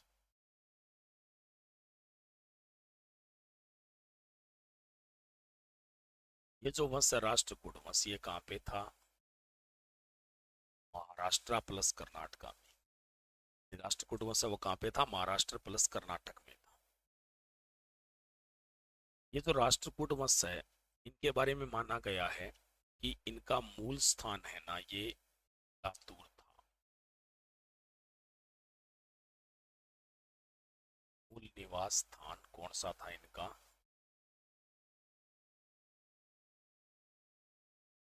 लातूर।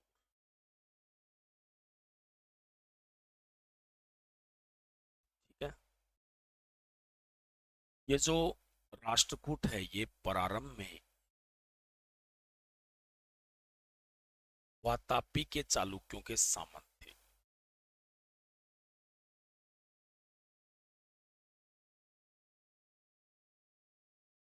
वातापी भी कहाँ पड़ता है? दक्षिण में। इनके सामंत थे, ये नीचे काम करते थे। घटना है ये 752 ईस्वी की। अब एनसीईआरटी में 730 भी लिखा गया, ध्यान रख लिया। क्योंकि पहले सामंत था लेकिन दरअसल जो स्वतंत्र शासक वो 752 में बना था। ठीक है ना। तो 730 लिखा गया एनसीईआरटी में, तो 730 ही मान ले। ठीक है। तो उस समय वातापी का चालुक्य शासक था कीर्तिवर्मन सेकंड। वो यहाँ पर आया हुआ था। यानी कीर्तिवर्मन सेकंड यहाँ पर आया हुआ था, मतलब इनके पास। तब कीर्तिवर्मन सेकंड की इसने हत्या कर दी और हत्या करने के बाद इसने यहाँ पर अपने आप को स्वतंत्र घोषित किया और कौन से वंश की स्थापना कर ली? राष्ट्रकूट वंश की स्थापना की। राष्ट्रकूटों का जो संस्थापक है वो कौन माना जाता है? दंती दुर्ग। हत्या की थी? दंती दुर्ग ने की थी। और दंती दुर्ग है ना वो राष्ट्रकूटों का शासक माना जाता है। किसकी हत्या की थी? कीर्तिवर्मन सेकंड की हत्या की।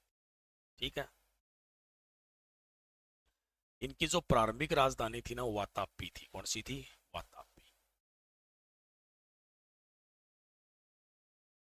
इसे नासिक भी कहते हैं कि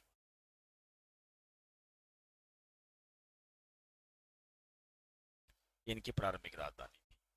कहते हैं कि इसके कोई संतान नहीं थी और इसीलिए 756 ईस्वी में, कब की घटना है? 756 ईस्वी में इसका चाचा था जिसका नाम था कृष्ण फर्स्ट, ये शासक बना। 756 ईस्वी में इसका चाचा शासक बन गया जिसका नाम था, क्या था? कृष्ण फर्स्ट था। जो कृष्ण फर्स्ट है इसके बारे में याद रखना है कि कृष्ण फर्स्ट ने एलोरा में, कहाँ पे? एलोरा। एलोरा कहाँ पड़ता है? महाराष्ट्र में। वहां पर इसने एक मंदिर का निर्माण करवाया था और उस मंदिर का नाम क्या था? कैलाश मंदिर। ठीक है, कैलाश मंदिर का इसने निर्माण करवाया था। किसने करवाया था? किसके द्वारा करवाया गया इसका निर्माण? इसका निर्माण करवाया गया था शासक राष्ट्रकूट वंश के कृष्ण फर्स्ट। ये जो मंदिर है ना ये पूरी तरह से पहाड़ को काट कर बनाया गया। मतलब कोई चीज बाहर से लाई नहीं गई, पहाड़ से ही काट दिया। मतलब इतनी विशाल इमारत जो पहाड़ से काट कर बनाई गई है ना पूरे विश्व में नहीं है जितनी। कौन सी है? एलोरा का कैलाश मंदिर है। इतनी विशाल इमारत पूरे विश्व में कहीं नहीं है। दरअसल कहते हैं कि 1669 में इसे तोड़ने का प्रयास किया था औरंगजेब ने भी, लेकिन औरंगजेब भी इसे तोड़ने में पूरी तरह से क्या रहा था? असफल रहा। ठीक है, याद रखना है कि जो कृष्ण फर्स्ट है उसके पास जो उपाधि थी वो थी कृत प्रजापाल है।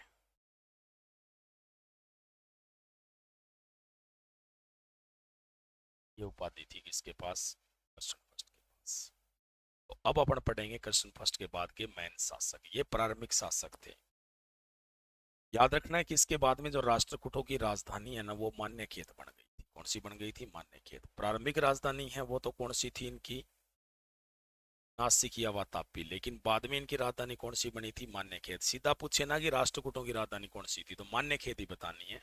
लेकिन एक बार ऐसे क्वेश्चन आया था, एसएससी में आया था हालांकि वो क्वेश्चन, कि इनकी जो प्रारंभिक राजधानी है वो कौन सी थी, तो प्रारंभिक राजधानी इनकी कौन सी मानी जाएगी? वातापी ही मानी जाएगी।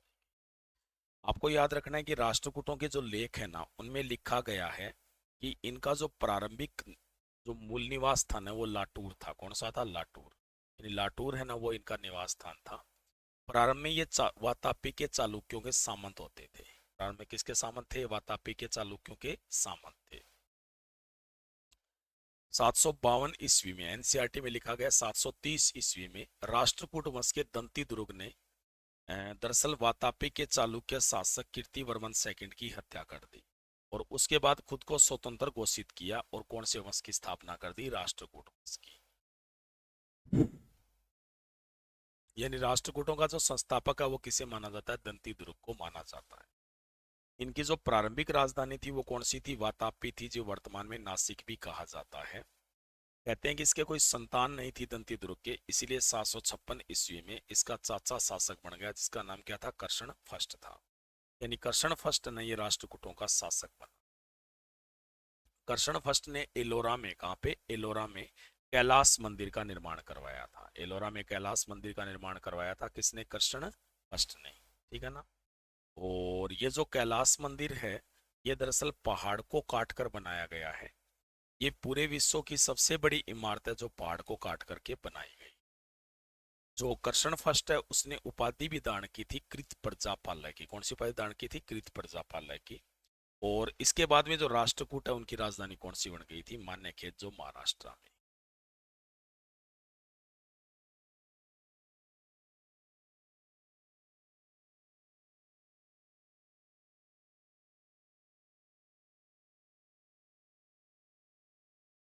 ठीक है, इसके बाद में इनका शासक हुआ जिसका नाम था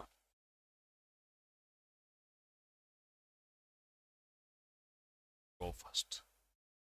और द्रौफस्ट है ना उसका शासनकाल माना जाता है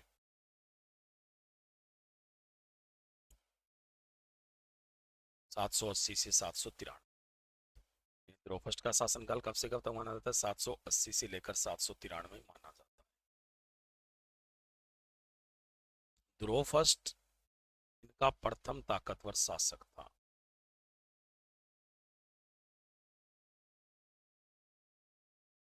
इनका प्रथम ताकतवर शासक कौन था? द्रुपद था।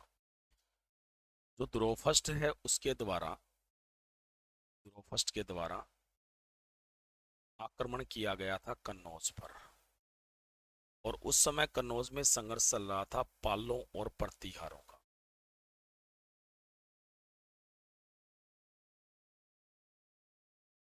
यानी एक प्रकार से यहाँ पर चला फिर त्रिकोणीय संघर्ष, क्योंकि इसने भी हिस्सा ले लिया था।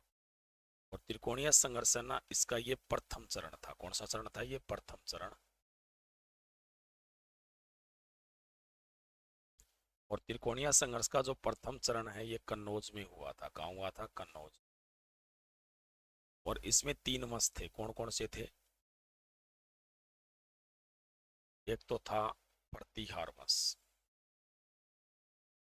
एक था राष्ट्रकूट वंश, और एक था पाल वंश। ये 3 वंश थे कौन से संघर्ष में? त्रिकोणीय संघर्ष में। ये जो त्रिकोणीय संघर्ष है इसमें जो प्रथम चरण हुआ था उसमें प्रतिहार शासक है उसका नाम था वत्सराज, जबकि राष्ट्रकूट शासक तो यही था, अपन जो पढ़ रहे हैं कौन था? द्रुपद। द्रुपद था।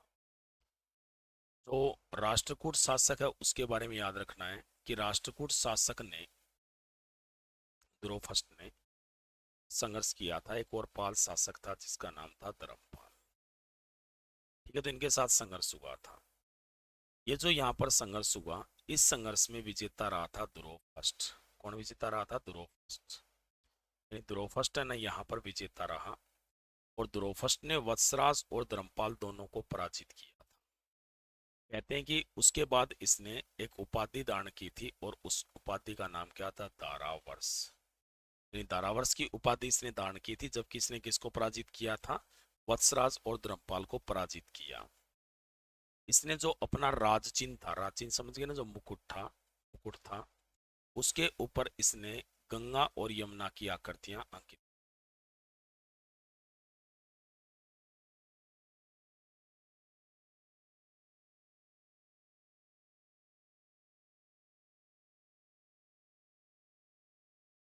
गंगा और यमुना की आकृतियां अंकित करवाई थी अपने राज चिन्ह पर। किसने अंकित करवाई थी? द्रुपद ने। और कौन सी उपाधि इसने धारण की थी? दारावर्ष की उपाधि को इसने धारण किया। ठीक है। जो द्रुपद है, द्रुपद, उसके बारे में आपको याद रखना है कि द्रुपद प्रथम शासक था दक्षिणी भारत का।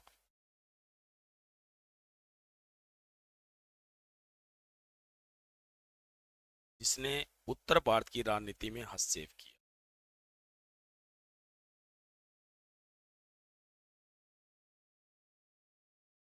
उत्तर भारत की राजनीति में हस्तक्षेप करने वाला जो प्रथम शासक था दक्षिण का, वो कौन था? द्रुपद था।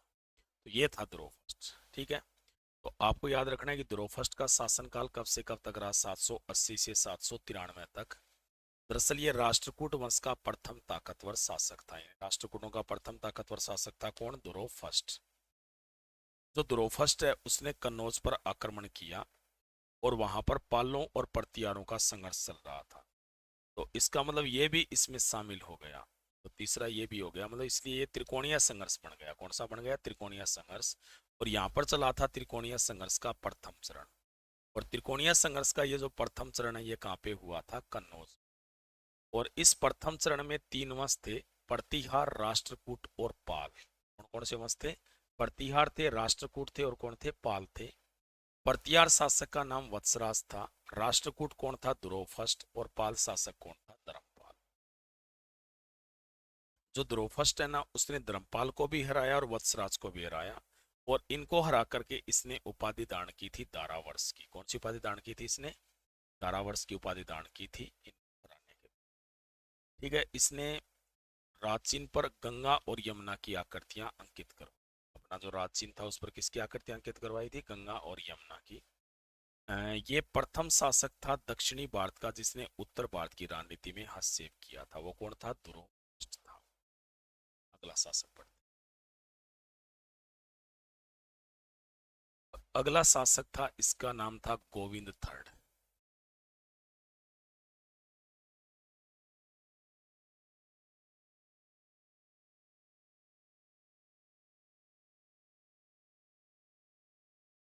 गोविंद थर्ड का शासनकाल रहा था 793 से लेकर 814 तक।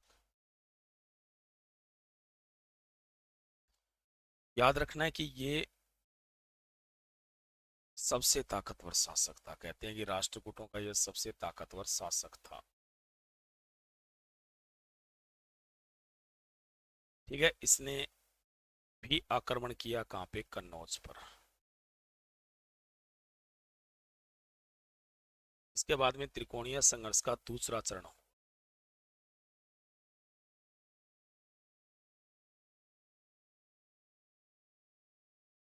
त्रिकोणीय संघर्ष का दूसरा चरण,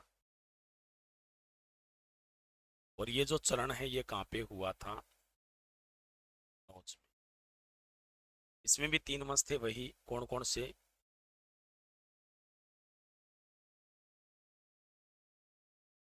प्रतिहार, पाल और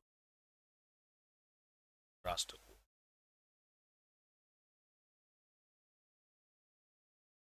प्रतिहार जो शासक था इसमें, उसका नाम था नागभट्ट सेकंड। प्रतिहार शासक कौन था? नागभट्ट सेकंड।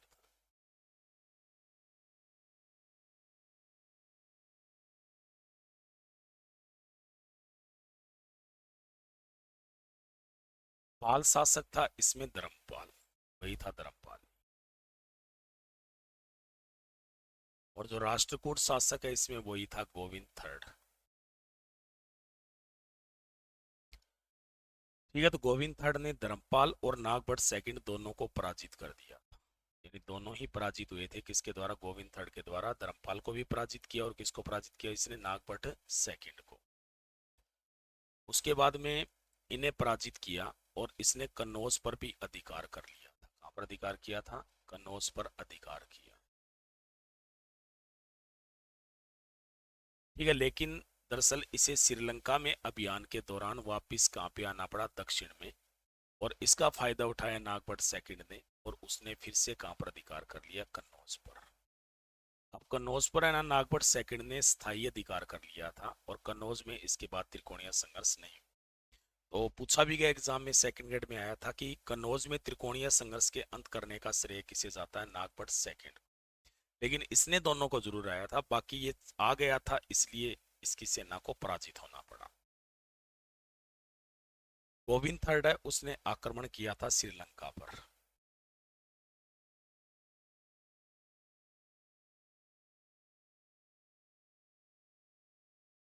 आक्रमण कहां पे किया था? श्रीलंका।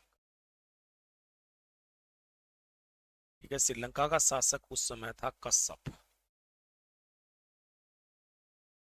श्रीलंका के शासक कश्यप को इसने पराजित कर दिया, और कहते हैं कश्यप और उसके सेनापति को बंदी बनाकर ये हालापुर में ले आया। दोनों को हालापुर में ले आया। श्रीलंका से ना एक मूर्ति भी, दो मूर्तियां उठा लाया। कितनी? दो मूर्तियां। और ये जो दोनों मूर्तियां हैं इसने स्थापित कर दी मान्य खेत में विजय प्रतीक के रूप। तो ये था कौन? गोविंद थर्ड, जो इनका सबसे ताकतवर शासक माना जाता है। यानी गोविंद थर्ड जिसका शासनकाल था 793 से 814, ये दरअसल राष्ट्रकूटों का सबसे ताकतवर शासक माना जाता है। इसने आक्रमण किया कन्नौज पर, यानी द्रौपद ने भी किया था और इसने भी किया। और इसी कारण यहाँ पर त्रिकोणीय संघर्ष का दूसरा चरण हुआ। कहाँ पे? कन्नौज में। एक तो थे इसमें प्रतिहार, दूसरे कौन थे? पाल, और तीसरे कौन थे यहाँ पे? राष्ट्रकूट। प्रतिहार शासक का नाम था नागभट्ट सेकंड, पाल शासक का नाम था धर्मपाल, और राष्ट्रकूट शासक यहाँ पर कौन था? गोविंद थर्ड था। जो गोविंद थर्ड है उसने धर्मपाल और नागभट्ट सेकंड को पराजित किया और कन्नौज पर अधिकार किया। हालांकि श्रीलंका अभियान के कारण इसे वहां से वापस आना पड़ा, और उसके बाद नागभट्ट सेकंड ने कन्नौज पर अपना स्थायी अधिकार कर लिया, और उसने कन्नौज को अपनी राजधानी भी बनाया। और कन्नौज में त्रिकोणीय संघर्ष का अंत कर दिया किसने? नागभट्ट सेकंड। ठीक है, उसके बाद गोविंद थर्ड का आक्रमण कहाँ पे हुआ? श्रीलंका पे हुआ। श्रीलंका के शासक कश्यप को इसने पराजित किया। श्रीलंका के शासक और सेनापति को बंदी बनाकर हालापुर ले आया। आते समय श्रीलंका से दो मूर्तियां भी लाया था, और ये जो दोनों मूर्तियां हैं उसने स्थापित की कहाँ पे? मान्य खेत में विजय प्रतीक के रूप।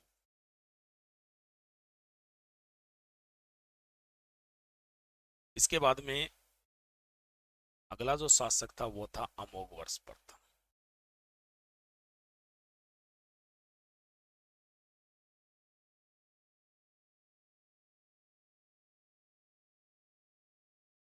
इसका जो शासनकाल है वो माना जाता है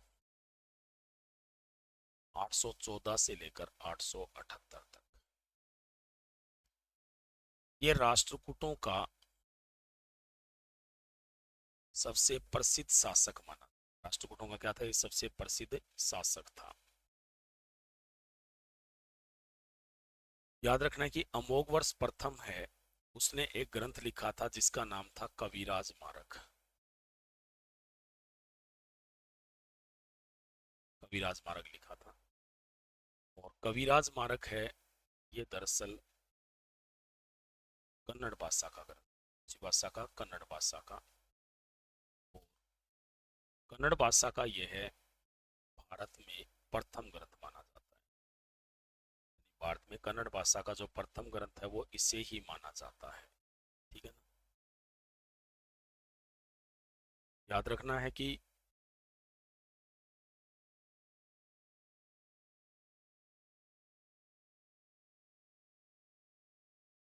कविराज मारक के अलावा इसने एक और ग्रंथ की रचना की थी, रतन मालिका। कौन सी ग्रंथ की रचना की थी इसने? रतन मालिका की रचना की गई थी। किसके द्वारा की गई थी रतन मालिका की रचना? इसकी जो रचना है वो की गई थी अमोघवर्ष प्रथम के द्वारा। अमोघवर्ष प्रथम ने ही इसकी रचना की थी यार। ठीक है ना? जो अमोघवर्ष प्रथम है, अमोघवर्ष प्रथम, आपको याद रखना है कि इसका दरबारी था जिसका नाम था जीनसेन। जीनसेन ने ग्रंथ लिखा था आदि पुराण। कौन सा ग्रंथ लिखा था? आदि पुराण लिखा था। ये जो ग्रंथ है आदि पुराण, ये दरअसल माना जाता है कि ये जैन धर्म से संबंधित है। यानी एक प्रकार से जो यहाँ पर जीनसेन है वो कौन से धर्म से संबंधित माना जाता है? जैन धर्म से संबंधित माना जाता है। ठीक है ना? आपको याद रखना है कि ये जो जैन धर्म है,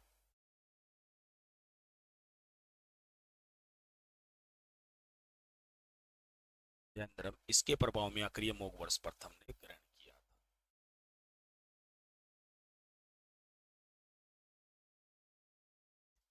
उसके बाद में इसका दरबारी था महावीराचार्य। और महावीराचार्य एक गणितज्ञ था जिसने रचना की थी गणित सार की। किसकी रचना की थी? गणित सार की। ये जो गणित सार जो ग्रंथ है ये भी काफी प्रसिद्ध माना जाता है।